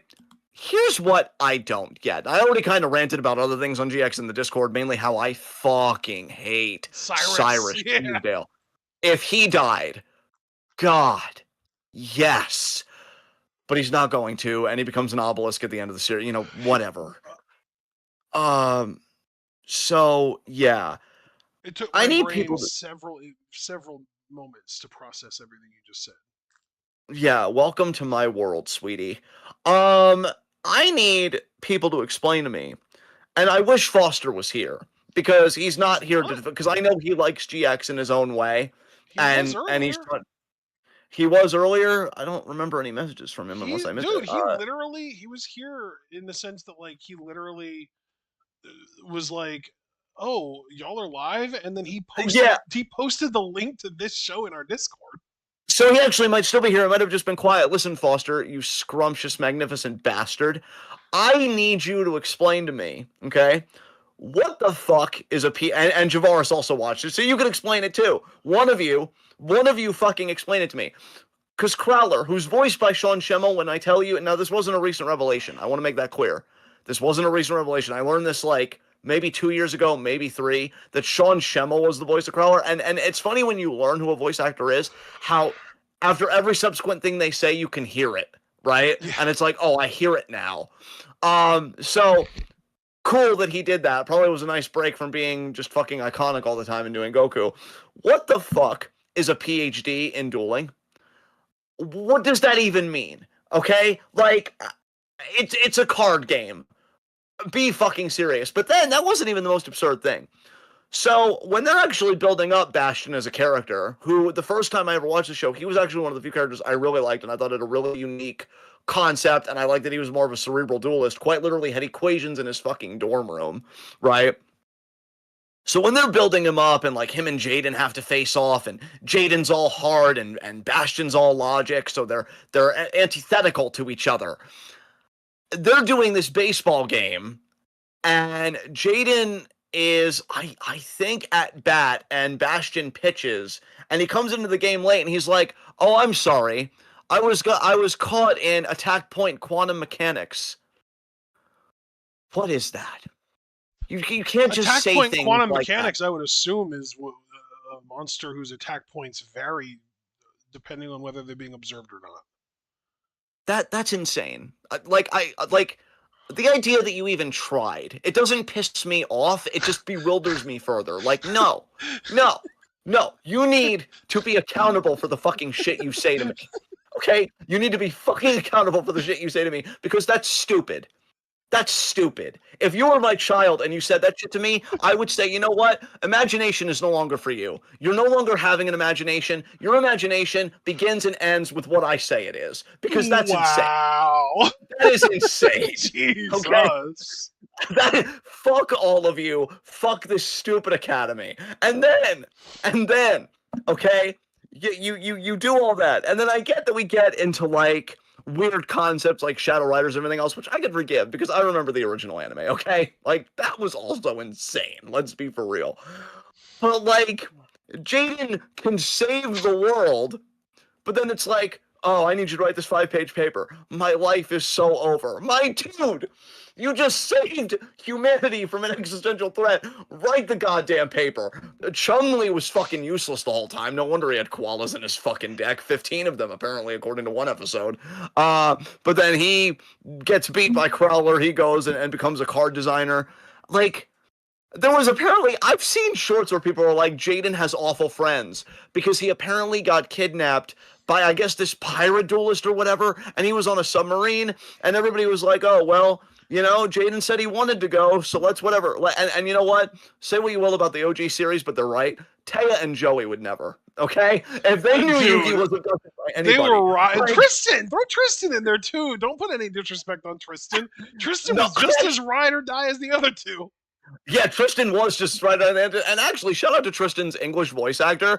When he finally got the shine himself, as you say, in what was it, Yu-Gi-Oh! 5D, that was a deserved push, okay? That he could stay. He's cool. But, like, these people that are like, oh, it's true, they're working out. You spineless motherfuckers. Y'all, you fake ass shit. And then he apparently escapes himself and swims all the way back to the school, which fucking how? How? And then they're like, pretty much, they didn't say it exactly like this. I'm not quoting the show to be clear, but it's really the energy of, Jaden, you're alive. Yup. Credits. Don't be dumb to me. Yu-Gi-Oh! GX, what are you doing? Explain this to me. God. Fuck. That has such Beyblade energy to me. Like, if you turn your brain off, it is honestly amazing, okay?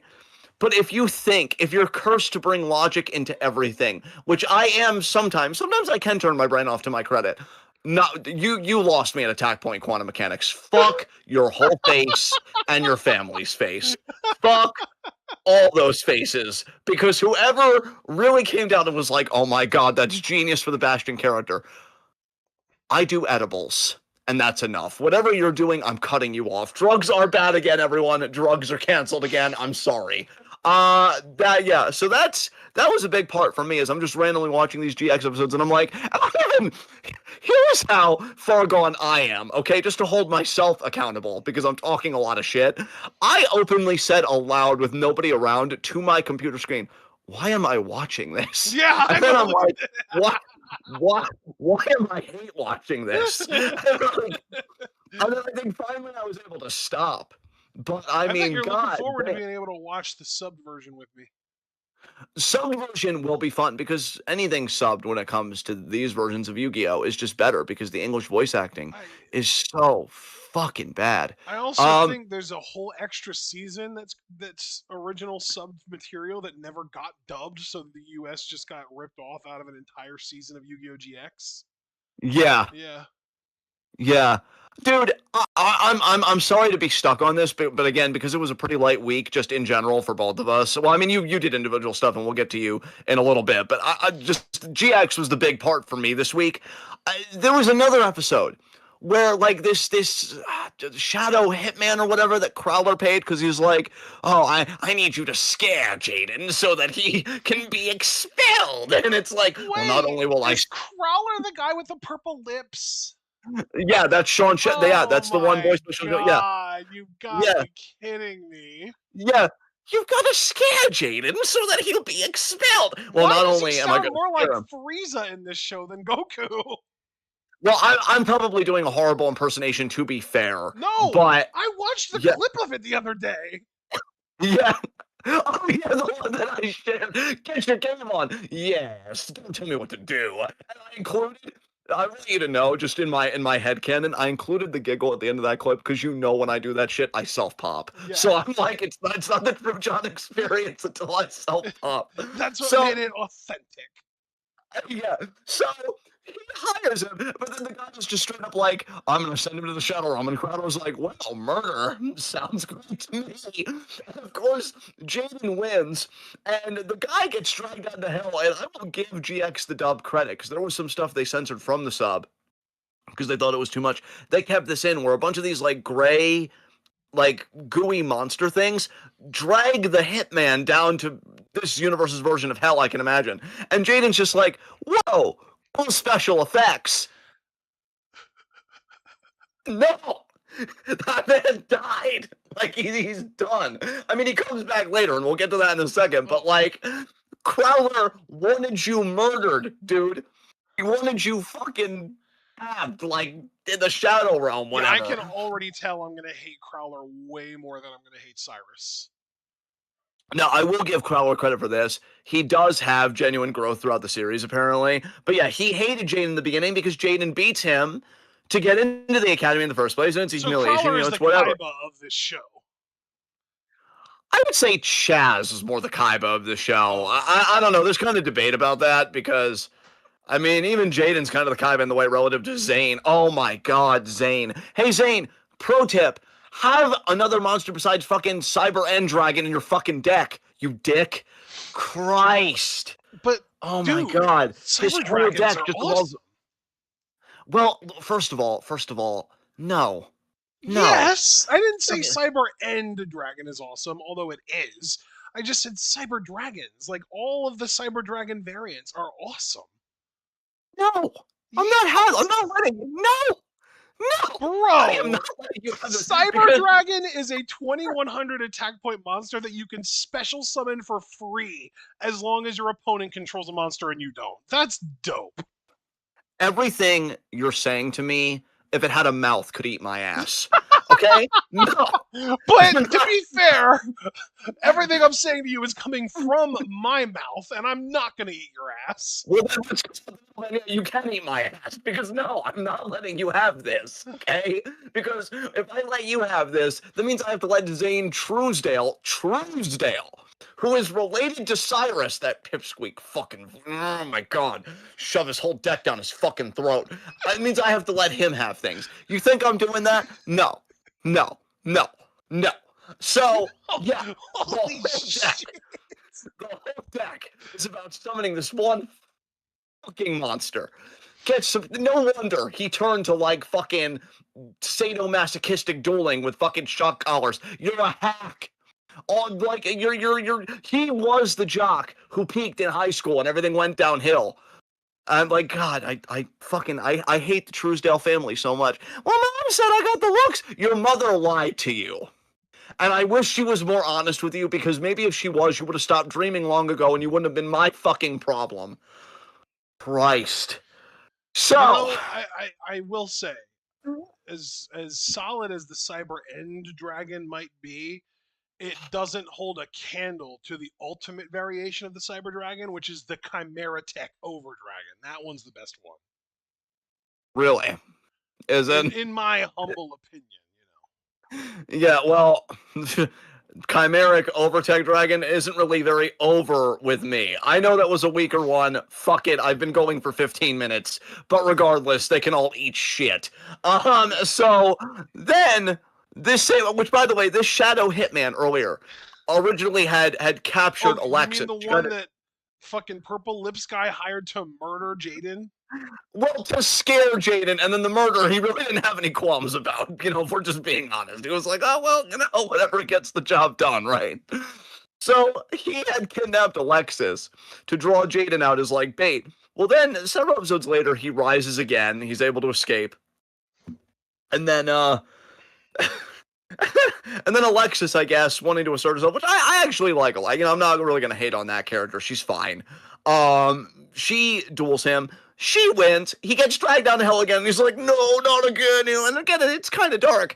And all Alexis could do is look and just be like, huh. That's literally what she says. She's like,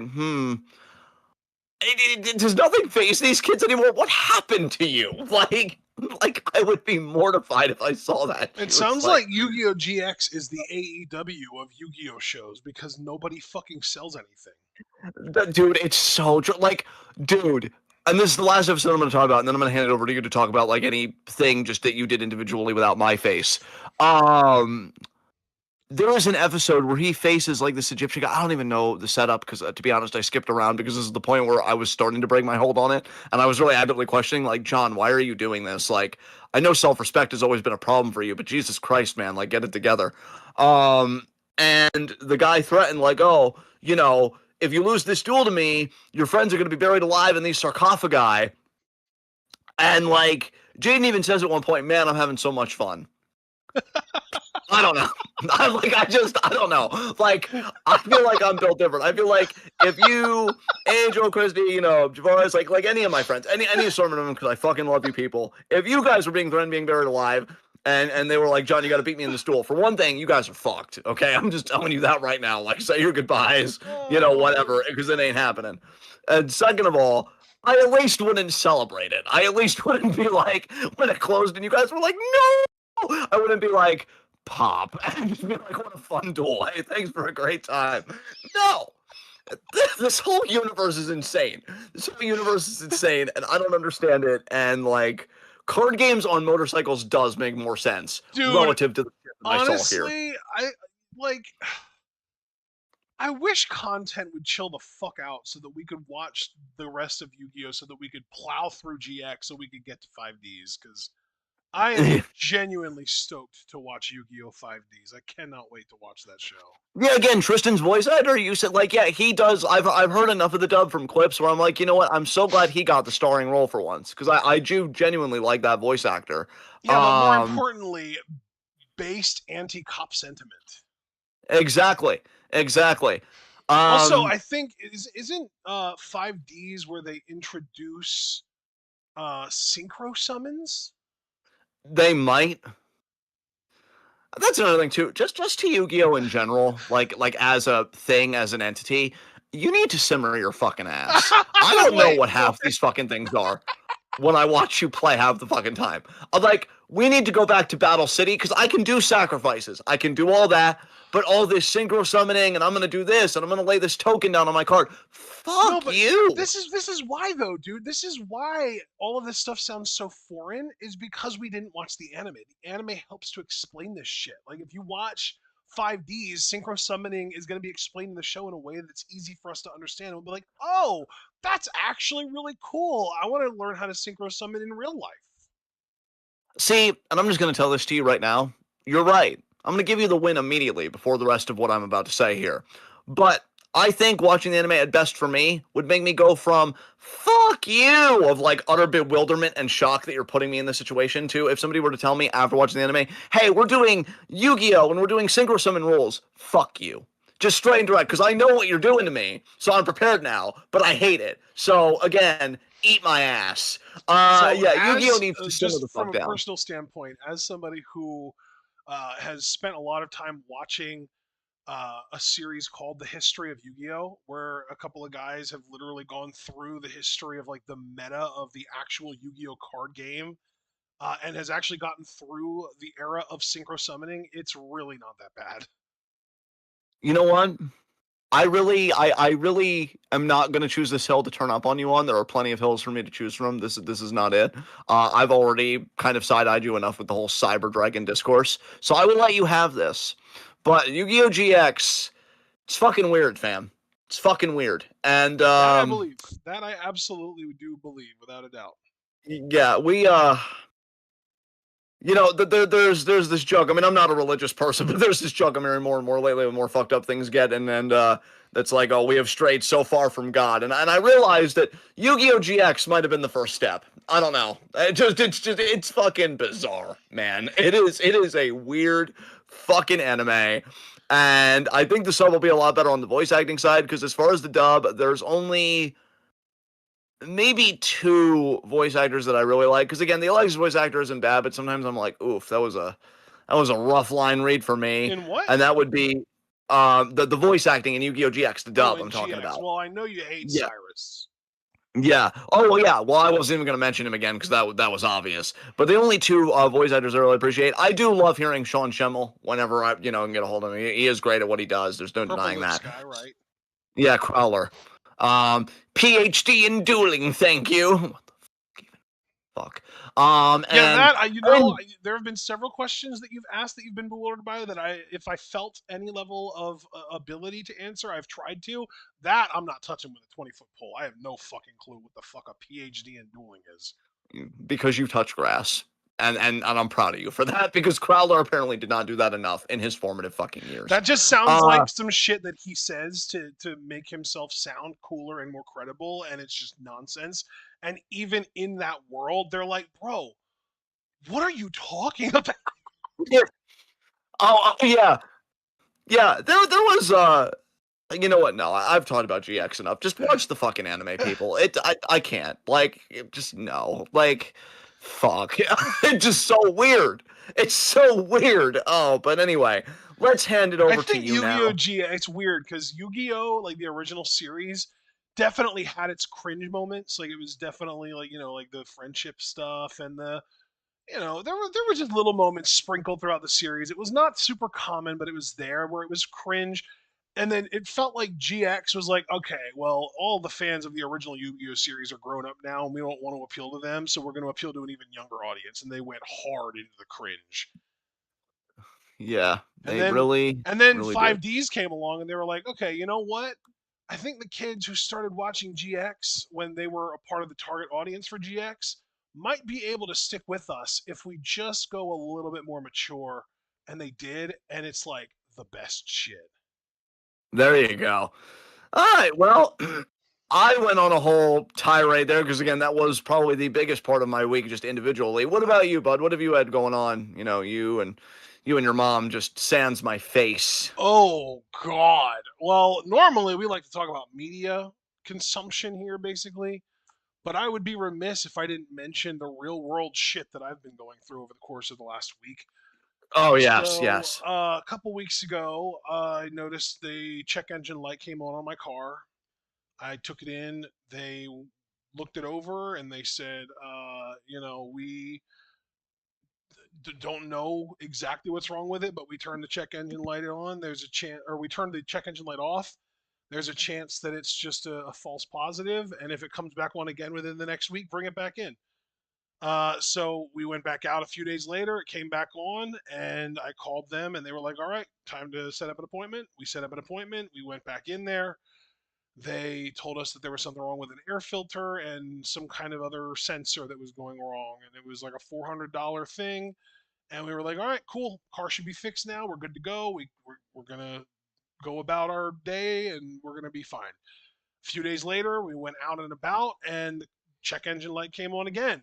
I gave them a call, and they were like, "Hey, we can't really do anything about it today, so just get it home and then bring it out to us tomorrow, and we'll look at it tomorrow, and we'll be able to get something done."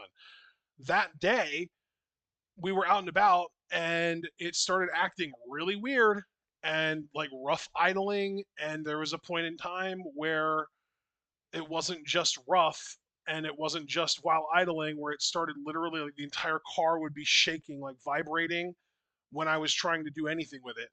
And eventually, when I was trying to drive just a little tiny bit to potentially get it to the shop, the check engine light started blinking. And the check engine light blinking means I'm in danger. Isn't that Ralphie from The Simpsons? Is that who says that? Uh, Yes. yeah, because basically when the check engine light starts blinking, it means that there are dangerous misfires happening in the engine that could potentially ignite, basically, and lead to either a fire or an explosion.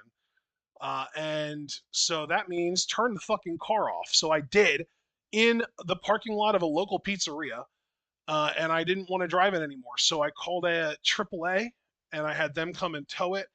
I also had my mom call her sister, my aunt, and she was able to come pick us up. And we were able to finish our night. I had the tow company take it to the same place that had looked at it before, and that was just it that day. And then the following day, I made sure to call that place to make sure that the car got there, and it did. Eventually, they called me back and said, "Oh, there's another sensor that was causing your car to pump either too much or too little oxygen into the fuel, and it is causing a bad mix of oxygen and fuel into your engine, and that's what's causing the misfires. So we're going to replace that, and you should be good to go." So they did. Car ran great that day. And then, literally just yesterday, Friday, yesterday, um, we were out and about driving, and the car was, I would say, mostly pretty good. There were a few little weird moments where it seemed like it was being weird, where like it felt like it was shaky a little bit, but the check engine light wasn't coming on, so I wasn't as worried about it. But eventually, we got to a traffic light, and as I came to a stop at the traffic light, the shaking started again. And then as I started pulling away from the traffic light, the engine light not only came on, but immediately started blinking. So I pulled into the nearest parking lot, which happened to totally coincidentally and conveniently be a Chevy dealership that also fixes vehicles. That and also, they have like a shop there as well. I pulled into the parking lot. We went in there. We told them the situation. They brought us immediately to the back, which is where the shop is. We talked to them. We told them about it, and they said, "Hey, we can probably do something at least." And they ended up driving the car into the shop to look at. They basically determined that they were going to have to do a full teardown to determine what the actual problem is, because the engine itself does not know what exactly is wrong with it. That the engine itself isn't returning any kind of a code for which specific cylinder is misfiring. So they're going to have to do a total teardown on the car. They told us that their diagnostic fee alone is 180 bucks. So I called the shop from before that fixed all like the sensors and the air filter and stuff and said that it was good to go, and obviously it wasn't. And they are willing to cover the diagnostic fee at least, so that 180 is going to be covered at the very least. So we were able to get a loaner from this Chevy dealership to use until we get our car back. That was a 2019 Honda HRV. It is a beautiful vehicle that I do not fit into. It is a really nice SUV, and it is just the driver's seat is just too tight for me. I fit into it in the necessary sense, like in the sense that like I can sit in the seat and I can drive it because I need to, because they didn't have any other options for a loaner for me. But I do not fit into it comfortably, and while I'm sitting in it, my knees are pressed up against the dash, and it is painful. So I'm going to be using that tomorrow to make a trip down into town to just pick up some food for the Super Bowl. And then I don't know what we're going to hear back on Monday, but that is going to be the earliest that we hear back from them about the car. They said that the problem could range anywhere from a spark plug needing replaced, which could be maybe a couple $100, I would assume, all the way up to a bad engine, in which case we are going to be in the market for potentially getting a new vehicle, which would be really fucking annoying and it would piss me off a lot. So that's my update on that situation. Now that's the positive, or that's the negative stuff. That's the real life bullshit garbage. On the positive side, and this is nowhere near as big of a deal as all that other shit, but it did make me smile. It did make me happy. It does make me happy even now just thinking about it. I today, literally just today, earlier today, just a few hours ago, beat Golden Sun in full. I actually beat the game. I got to the credits. I was so happy in that moment. That is a game that I have played intermittently, but have not beaten for the last 20 plus years. I think the last time I beat that game might have been close to 20 years ago when I was a teenager. And the sequel game, Golden Sun The Lost Age, is a game that I probably have not played since I was a teenager because of the fact that my brain is like, you can't play the sequel till you beat the original. And I haven't beaten the original since, like I said, I was like a teenager. So I am finally going to be able to allow myself to get into the sequel game, Golden Sun: The Lost Age, for the first time now in a very long time, and I am very much looking forward to that because I remember still the first time that I ever played that game was also the only time that I ever played that game, and I played it beginning to end. And I used a strategy guidebook for the entire game, and I very distinctly remember not knowing what the fuck I was doing and not really understanding what was going on in the game and just relying entirely on the guidebook to get me through the game. And I would really like for my second experience with the game to be a more enjoyable one. So I'm very much looking forward to that. I'm very excited to play it. I am also just beyond stoked with the actual device that I played and beat Golden Sun on, which is the Magic X 135. I have posted about it in the Discord several times. It is a very small gaming device. And by small, what I really mean is it's basically like PSP size. It's similar in size to like a closed Nintendo DS Lite, if you know what that is. I think that's actually the same DS that you had when you were a kid, John. So if you can imagine the Yeah. size of that when it was closed, that's pretty much the size of this device. It's a little bit longer than that, but not a ton. And it has two D-pads. There's one in the top left and one in the bottom right. And it has a joystick in the bottom left and then your normal A, B, X, Y buttons. But the reason it has two D-pads is because it is designed with vertical gameplay in mind. So you can hold it normally horizontally, but it's also designed for you to be able to hold it vertically with the ABXY buttons on your right thumb and the second D-pad on your left thumb. And it has an extra set of shoulder buttons in the middle so that you can use those while playing vertically. So you can use it basically to play vertical arcade shooters, and more importantly and more relevant to me personally is DS games you can actually use it for. So I haven't bothered to do any of that stuff yet. I've literally just gotten through Golden Sun on it, and I've thoroughly enjoyed it. It is. I do think that the only one thing that, well, there's two. The two main things that I would improve about it are I would love an OLED display. You know, I'm a slut for OLED. And then the other big thing is that I just wish it was a little bit more powerful because even in performance mode, it's only able to do about 5x on fast forward. And I would just love to hit like double that. 10x would be great.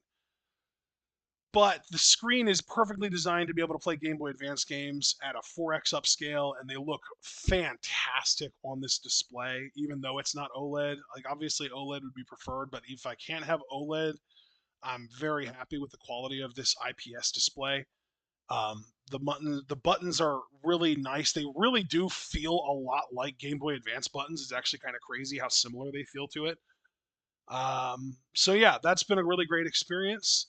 And I also should just say, like, the only reason that the only sort of quote unquote media that I have to bring up this week is Golden Sun is because that has been my week. It's not just about like, oh, I've been playing Golden Sun. My brain doesn't just play games. I can't just open a game and start playing it. I have to plan shit in advance. And I have a fucking Golden Sun spreadsheet where I have charted out all of the moves that every character learns while in every class that they could potentially be. I have all of their classes stat spreads. I have all kinds of information about every character. There are 4 characters in the game, and I have all the information about all 4 of them. I even used ChatGPT a little bit this week to try and use ChatGPT to help me construct an optimal endgame team. It didn't go very well. ChatGPT kind of fucking sucks at that shit. It ended up being just me trusting myself in the end that worked out. Um, but yeah, that's just been my last. I would even say that's been my last couple weeks is just focusing entirely on Golden Sun. It's funny, John, because I remember a couple Fridays ago, it might have been a few Fridays ago at this point. I told you after we hung up or something that I was going to play Minecraft, and that night I ended up instead of Yes. playing Minecraft, I ended up pulling up this fucking spreadsheet and getting it going. And ever since then, I have been hyper fixated on Golden Sun, and I finally, again, for the first time in like close to 20 years, finally beat the game. To just tonight, Fucking literally just sweet. hours before we went live. It was Yeah, I fucking saw your ridiculous. Facebook post, brother. I think I even heart reacted to it because I know how big that was for you. So Yeah. good shit, man. I'm not a person who beats games. That's the thing. Like I am a person who starts a game and then gets to a certain point where I realize that I didn't play the game optimally and then I restart it and try to play it optimally. And I get to the point that I got the first time and I'm like, "Oh yeah, I did everything optimally up to this point." And then I'll keep playing it and then I'll get to another certain point where I'm like, "Shit, even though I did that first part optimally, once I got up past that, I ended up doing something else suboptimally. So now I got to restart and go all the way through all that other stuff and make sure that I do everything optimally again." It's like I'll just keep restarting and eventually I'll get burned out and stop playing long before I ever beat the game. So for me to be able to actually play this game and beat it all the way through is a huge achievement for me. And I'm very excited to get into the sequel game. Hell yeah. All right. Is that all the stuff from Hot Triggers from you? Can we transition to Q&A? I mean, yeah, musically again, just been listening to the XG album. My mom and I think even yesterday, yeah, dude. Holy shit, this week has been a fucking mess. So I think most of the nights actually this week, I have been sleeping very fractured because I'll take like a 3 to 4.5 hour nap in the nighttime, like between like 7 and 1 a.m., 7 p.m. and 1 a.m., somewhere in that range. And then I'll wake up and I'll be on with you and we'll have our night. And then my mom will go to bed and then you'll go to bed and I'll just be up by myself until like 8, 9, 11 o'clock in the morning. And then I'll go to sleep and then I'll wake up again at 3. So I'm getting like 3 to 4.5 hours of sleep twice a day, pretty much every day for the first time of the week, I believe this week, I got 7 straight hours of sleep today. Nice. And this whole like fractured sleep thing really did start on Tuesday because my car stressed me out so much that I got home and just crashed. I got home at like shit. I don't even know what time it was, 7:30, 8 o'clock at night, and just passed the fuck out. And that's what started the whole like 3.5 to 4.5 hours of sleep here or there, rather than getting a good solid night's sleep. And it's been going on every day since then. Until today, finally, I was able to just fucking sleep, and it felt so fucking good. Nice, nice. Yeah. All So, right. Let us now transition to Q&A. Only oh, Super Bowl questions I this will week. say, I apologize for cutting you off, but I did want to just say I watched a couple of movies with my mom today. Yes. Specifically, we watched Spirited Away and Big Hero 6. Nice. Nice, nice. Both great movies. Dude, did you know that the girl who voiced Chihiro, the little girl in Spirited Away, was also the same girl that voiced Lilo in Lilo and Stitch? Because I just learned that today. No, I didn't know that, but I think the girl that did Lilo and Stitch, she was also the girl from The Ring. I know I learned that this past October during our Halloween run through. So Wow. that voice actor, yeah, she's done quite a bit of prolific stuff. It's crazy. That is pretty crazy for sure, yeah. Yeah. As I always say with any media we watch, small fucking world. But are you ready to get into Q&A? Yes, let's get into Q&A. Because first question is just for you, and they're all Super Bowl questions this week. So Super Bowl, you are the headliner. Yes. Unlike your boy LA Knight, you've made it to the main event, so congratulations. Holy shit. Yeah. Okay, I'll read it. My question is: should Oklahoma get the right to own the Seahawks the same way they got to take the Supersonics? This is a fucking sadistic question, Super Blue. What the hell, man? I thought you Yeah. were a nice guy. I thought you were a kind person. This is fucked up, man. You saw in the Kevin Owens and Elias segment how pained Seattle is as a city for losing the Supersonics. Do you really want to see them lose the Seahawks, especially after they have a chance to win a fucking Super Bowl this year? Come on, Yeah. man. That's fucked Yeah. up. Big game tomorrow. Yeah. Uh, Jeez. I mean, I should Oklahoma get that? Honestly, I don't know if there's really that much of a market for pro football in Oklahoma because of like the University of Oklahoma being like the main thing there. I don't know. I think plus that would like open up a vacuum for pro football in Seattle. I think you just keep the team in Seattle. I don't see any reason why you wouldn't. yeah. Yeah, absolutely. Second question is just for me. How do I feel about China's solar and wind energy gains? I've been saying for a while, Super Blue, and I'm just going to triple down on this. When it comes specifically to the energy revolution, I mean, China to me is leading the way, and in a way, it kind of has to, right? Because it's I think the biggest emitter of CO2 right behind the U.S. Um, or I should say, Well, with the U.S. right behind so China. you would think Uh, we would have to, quote unquote, and yet look at how things are. Yeah. So credit to China because I mean, especially on solar, Super Blue. I've been I wish I could recall them off the top of my head, but I can't. I know we're getting deep into this recording now, but the rate at which they're installing solar has been fucking insane. And I remember I was really ecstatic to hear that they were actually reversing their emissions for the first time. And even though it was by a minimal amount, that to me didn't matter as much as the fact that they did it at all, right? Like just the idea that it happened, regardless of the quantitative side of it, again being very minimal, is to me that establishes a potential new precedent. Because if you're doing more renewable energy, well, then I feel like that reversal is going to get even bigger over time. And yeah, I mean, I think between that, and I know you're only asking purely about the energy gains, but I think also what they've done as far as foreign policy, stepping in as a leader of the World Health Organization because the U.S. is committing national suicide with this far right regime and just everything they're doing. That is why I've been calling it the Chinese century. China is going to be one of the biggest winners of Trump 2.0. I'd say they're even the biggest winner right now, but they're definitely going to be the biggest winner 10, 15 years from now. And especially when you've got this energy revolution, when I've already just talked earlier in the show about global water bankruptcy, China's going to be a world leader in energy because other countries are going to go to them and be like, can you help us with our water problem? How did can you tell us about your solar program? What do you think we could do? Do you think we can mirror that in some way? They are really being a leader on this. And that's all I'm really like. I don't want to like galvanize them too hard because I've said every time we talk about China, I don't know much about the political situation of China, the material conditions there. China has its critics, as every nation does. China also has its defenders, as every nation does. But I can only go by the research and the articles that I'm reading, and the research and the articles I'm reading are saying they are very forward looking and very forward moving when it comes to energy and the climate crisis. And yeah, I absolutely think it should be celebrated.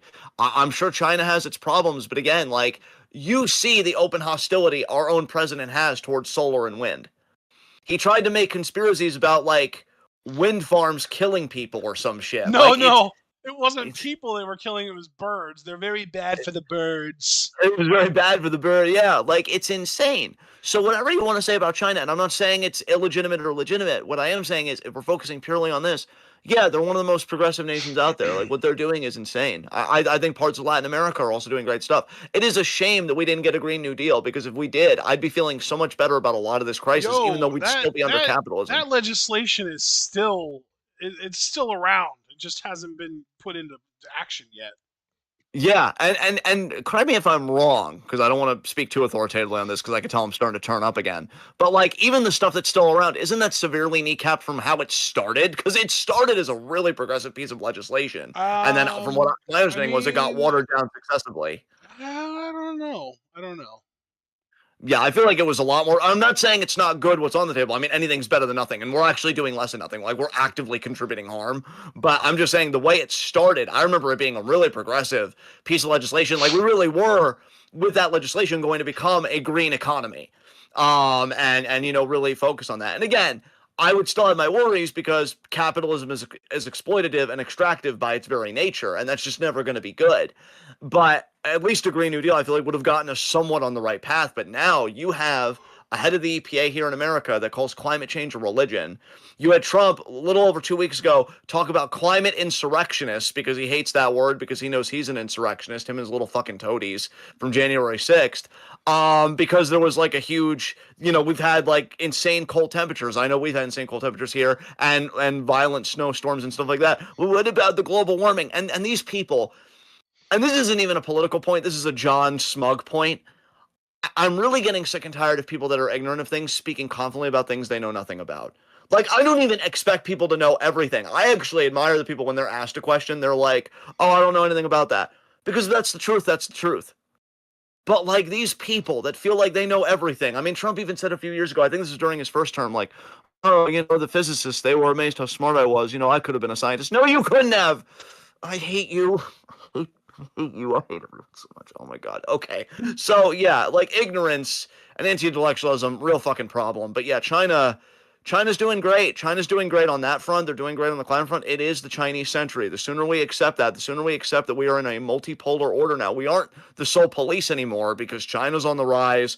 Russia's doing what it wants. Israel has its own designs, which clearly they have some pull to with all the blackmail they have on American figures. Yeah, it's a multipolar world, and I wish it was made up of better nations. But yeah, China's doing good stuff in the energy sector. So, as far as the third question goes, let's take a look at that. This is for both of us. How do you feel about ICE getting screwed over by their fascist overlords and mentally get stepped on by everyone hating them? I'll let you go first on this one, bud, because I Just know to be you've read the clear, thing. I really want to emphasize this. Uh, I really hate the phrasing of this question, Super Blue, because when you say ICE is getting screwed over, you're implying that they are being betrayed or that they have done no wrong or that they don't deserve this. They are not getting screwed over. They are literally just getting what they fucking deserve. They are horrible people. Like, if you sign up for ICE, truly, I don't give a fuck how horrible of conditions you come from. I don't give a fuck how poor you were before going to ICE. If you sign up to do what ICE does, you are a horrible fucking person and you don't deserve anything good that you think you're going to get out of it. Just to be clear, like, I don't we can't be like, oh man, we should feel bad for ICE agents because they're not going to get the $50,000 signing bonus that they were promised. Like, no, fuck them, fuck everything about that agency. And I do also just want to add, if you know anything about Donald Trump, if you are in any way aware of the history of Donald Trump as a businessman, you should know that he has a fucking history of this shit. He loves getting people to work for him and then not paying them to do the work that they already did, that they can't just undo. Yeah, yeah. Um, I don't want to step on your toes, though. Is there anything else you want to say about this? No. No, I would just add to Ashton's point, just to kind of again bring it back to the more political, psychological. This is another instance, though, of false consciousness just betraying yourself in the end, because these people really bought in the radical race ideology of, oh, migrants are ruining everything, these people are ruining everything, we've got to protect the white race. That's false consciousness. The only war is class war. We've been saying it from the beginning. And these people, this financial ruling class, do not give a fuck about you either. And you were ignorant enough and malevolent enough to buy into this race bullshit because you don't own anything materially, because you don't have healthcare, because your housing is precarious if you even have housing, and everything else. The only power you get is demonizing and dehumanizing others. So I triple down on what Ashton said, but I also want to emphasize the point that this is the problem with false consciousness. Because you think it's going to help you. These Latinos that are part of ICE, they think, oh, I can pass for white. I can attain whiteness. They're not going to deport me. They don't give a fuck about you, bro. You're all expendable to them because they know that race is bullshit. They invented it. Race is an invention of the ruling class. Gender is an invention of the ruling class. Again, speaking strictly to race, because I know that's what ICE kind of emphasizes. Look at James. I keep saying this guy's name, and I don't know how many people even fucking listen to me, but I'm going to say it again. James Randolph, in his short writing, Lynching Capitalism, he talks straight up about how race was invented by the wealthy class because black workers and white workers, and this is the same thing that Du Bois talks about in his text on Reconstruction, emancipated black, former slaves and poor Southerners. If you had solidarity on a class basis, the land aristocracy, the wealthy ruling class, whatever you want to name them, would be fucked. So they have to invent this mythos, right, to maintain their control because they know that class is the most real, most material thing there is in any given society. So it's like, well, shit. If the poor Southerner or if the poor white guy, just wherever he is, knows that he has more in common with the black guy than with me, because I'm wealthier than he is and I control the things that actually matter, they could team up and it could be a threat to me. So race is invented to pit working class people against each other. Racism and really any bigotry, for that matter, to be crystal fucking clear, is the stupidest, most obstructing thing for any actual genuine class consciousness and revolutionary politics. And so, yeah, I don't feel bad for ICE agents, but I do also just want to drive home the point that this is a product of false consciousness. This is a product of people that buy into a system peddled by the very same forces that want to kill them, or at the very least dispossess them and make them materially bereft of anything, any kind of housing, any kind of healthcare, security, any kind of future, so that they can't consolidate against the ruling class. So yeah, this is just another lesson. You back the wrong fucking horse again, because right-wing politics fucking sucks and it doesn't help anyone in any meaningful way. All it does is help the financial ruling class, as it always fucking does. So, Dude, with I that actually said, wanted to just briefly piggyback off of the point you were making. yes, I heard I think it was like a Facebook reel or it might have been an Instagram reel or something like that recently that really made a lot of sense to me, and I just wanted to share it with everyone because I never yes, actually clicked the share button to share it that way because I was listening to it while I was out in the kitchen making myself something to eat last night, or I should say yesterday morning at like 7 o'clock in the morning, 5 or 6 o'clock in the morning. Um, so normally, for most of America's history, the conservative party of the U.S. government has been the one to do the fear mongering, right? They're the ones who try and yes, scare people into not wanting to change, into not wanting to move forward, into not wanting progressivism, that kind of stuff. And basically, the argument was made that the liberals tried to push the country forward and make progress, and the conservatives tried to scare people into not wanting progress, into just halting and keeping things how they actually already were at the time. And the first time really in history that we've reached a point now where conservatives are actively trying to not just stop things where they are, but revert things back to how they used to be is right now. And that also coincides with now the first time that the liberal politicians are the ones doing the fear mongering. The liberal politicians are the ones, and this is why this is another reason why Harris lost, because rather than presenting new ideas to really inspire people to look towards a better future. A lot of Harris's campaign was focused on trying to scare people out of voting for Trump. And when people are scared, when a person is scared, the last thing that they want to experience is change.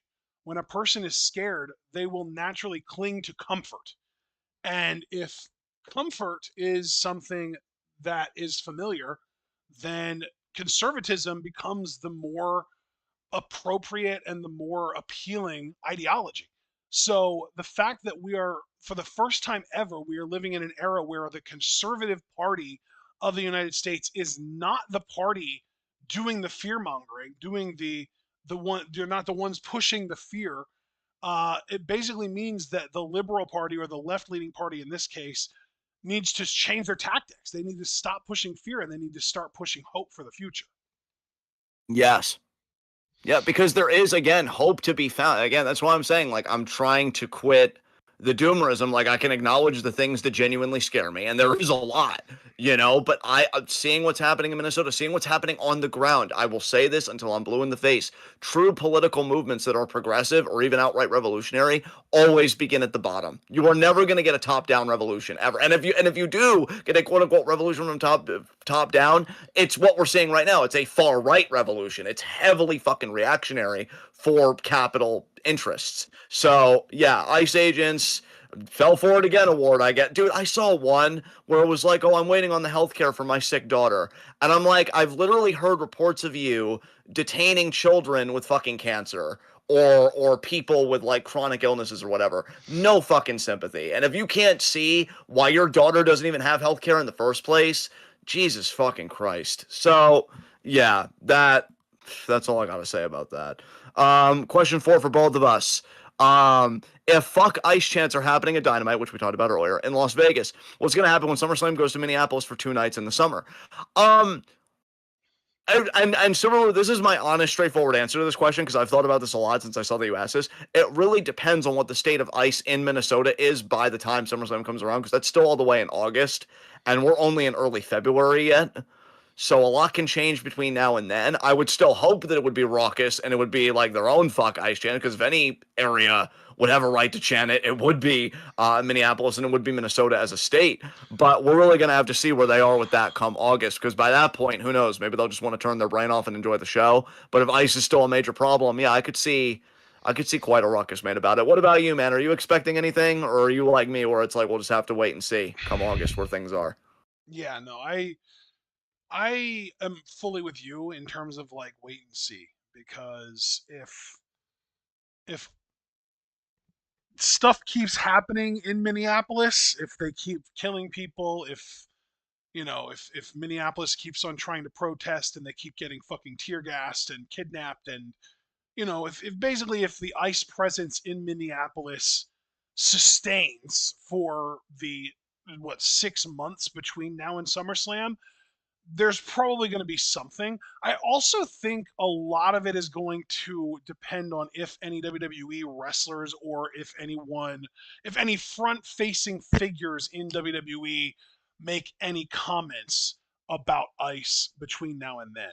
Like if you have anyone make any comments at all, positive or negative, I think is going to impact whether there are any comments from the crowd in the show. Yeah, Like if someone, yeah. if even if it's like a Sami Zayn says something on like a podcast or on social media or something about ICE, I could definitely imagine if he has any kind of a segment on SummerSlam, I could definitely imagine some kind of a chant breaking out, or if there's anything between now and then that sort of makes it imply or makes it seem like someone like a Gunther or Randy Orton or one of the more conservative members of the WWE roster, or even Paul Heyman or Levesque, frankly, is on the side of ICE, you could definitely see a hijacking happen for sure. Yeah. Well, we'll have to see come August. But final question from Super Bowl. Yeah, it is the final question.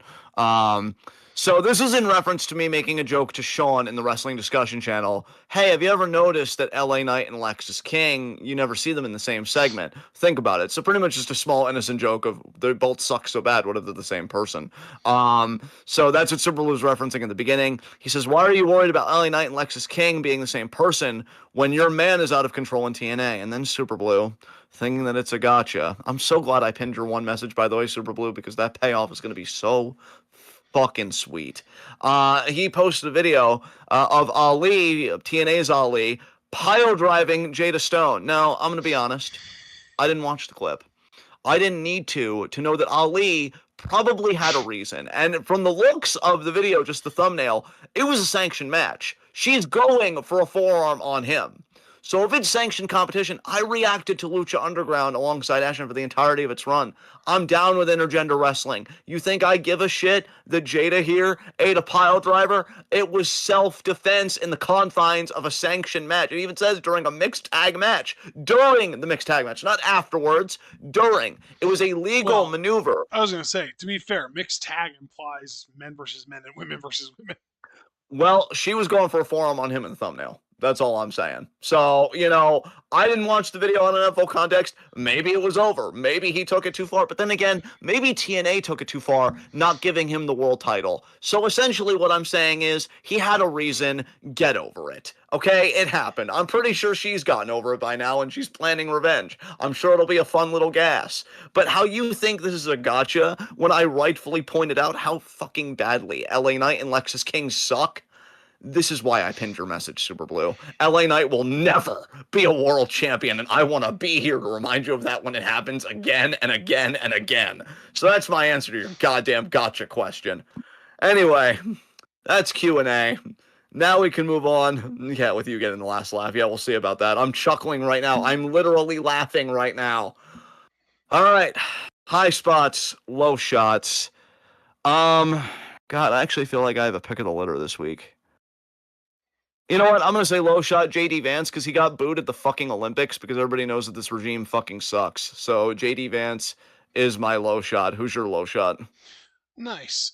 I think for now, I'm going to make my low shot Julia and Kiana James because they lost their little tag title shot that they got.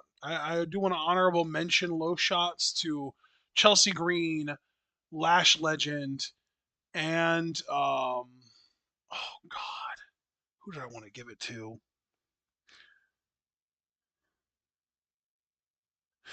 I'm not gonna hold this up. I'm just gonna say honorable mention low shots to Chelsea and Lash. There you go. I'm going to say honorable mention high spot to the citizens of Mississippi, who protested an ICE detention center being built and got that shit shut down. Great job. I want to see that nationwide. I know. I think even here in New Hampshire, we had protests in Merrimack because there was an ICE detention facility plan being built here. I don't know the status of it currently. It may still be being built for all I know. God help us. But the people that are aware of it aren't standing for it, and I think that's a beautiful thing. Actual high spot. You know what? I think they earned it this week with all the positive press and everything. But I'm going to give it to one individual that really made all this happen in the first place, Brody King.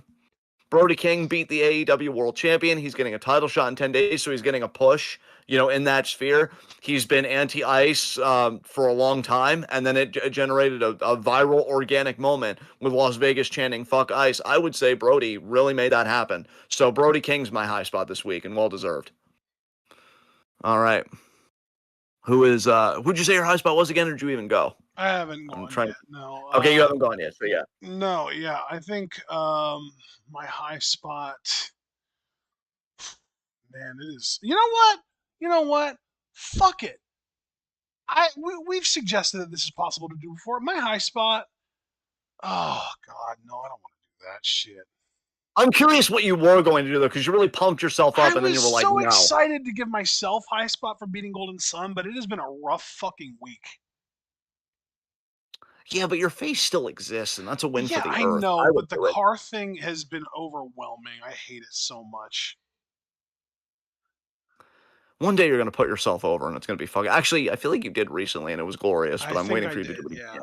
But no, not this week. The car thing is just too much. High spot. Let's see. High spot. What do I do high spot wise?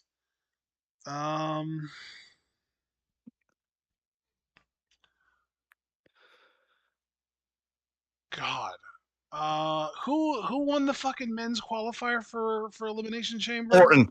Orton won that against Solo and Alistair. He can be my honorary high spot, and I'm gonna give my actual high spot to someone that I'm not even a big fan of, but it's a huge achievement. High spot goes to Joe Hendry for winning the NXT title. Good for you, man. I don't like it, but hey, congrats. There you go. All right, guys. This has been the weekly recap. I'm John. That's my corner commentator, Ashton. We are TWitWoW, the best podcast on the internet today. Leave a like as you file out. Subscribe with the bell icon notifications so you miss any of that TWitWoW goodness. Check out everything we're involved in the description box. Follow us on Blue Sky and Twitch because, again, we're just the best there is right now. And we will see you guys again. I mean, maybe Wednesday for Monty Gold. I definitely know we're going to have Stardom Thursday. We already have a card set up for Stardom Thursday. And if you don't care about any of that Joshi stuff where you're like, I don't, no. I'd be like, wow, open your mind. But, whatever. You could just see us next Saturday at 10:30 for more weekly recap. So until then, football fans, enjoy the Super Bowl tomorrow. Have a fun time. I hope the halftime show is everything we're all hoping it will be, especially because they have to compete against Turning Point USA. Oh, noes. And I just hope it's a great game, and I hope whichever team you're rooting for comes out on top. Although I am rooting for the Seahawks, even though I'm New Hampshire, so every other New Englander would think that I'm a fucking traitor or something. And everybody else, just have a great weekend. Have fun with it. I know I'm gonna have a very chill birthday tomorrow. I'm looking forward to it. And yeah, until then, be good to yourselves and each other. Tune in, and peace out.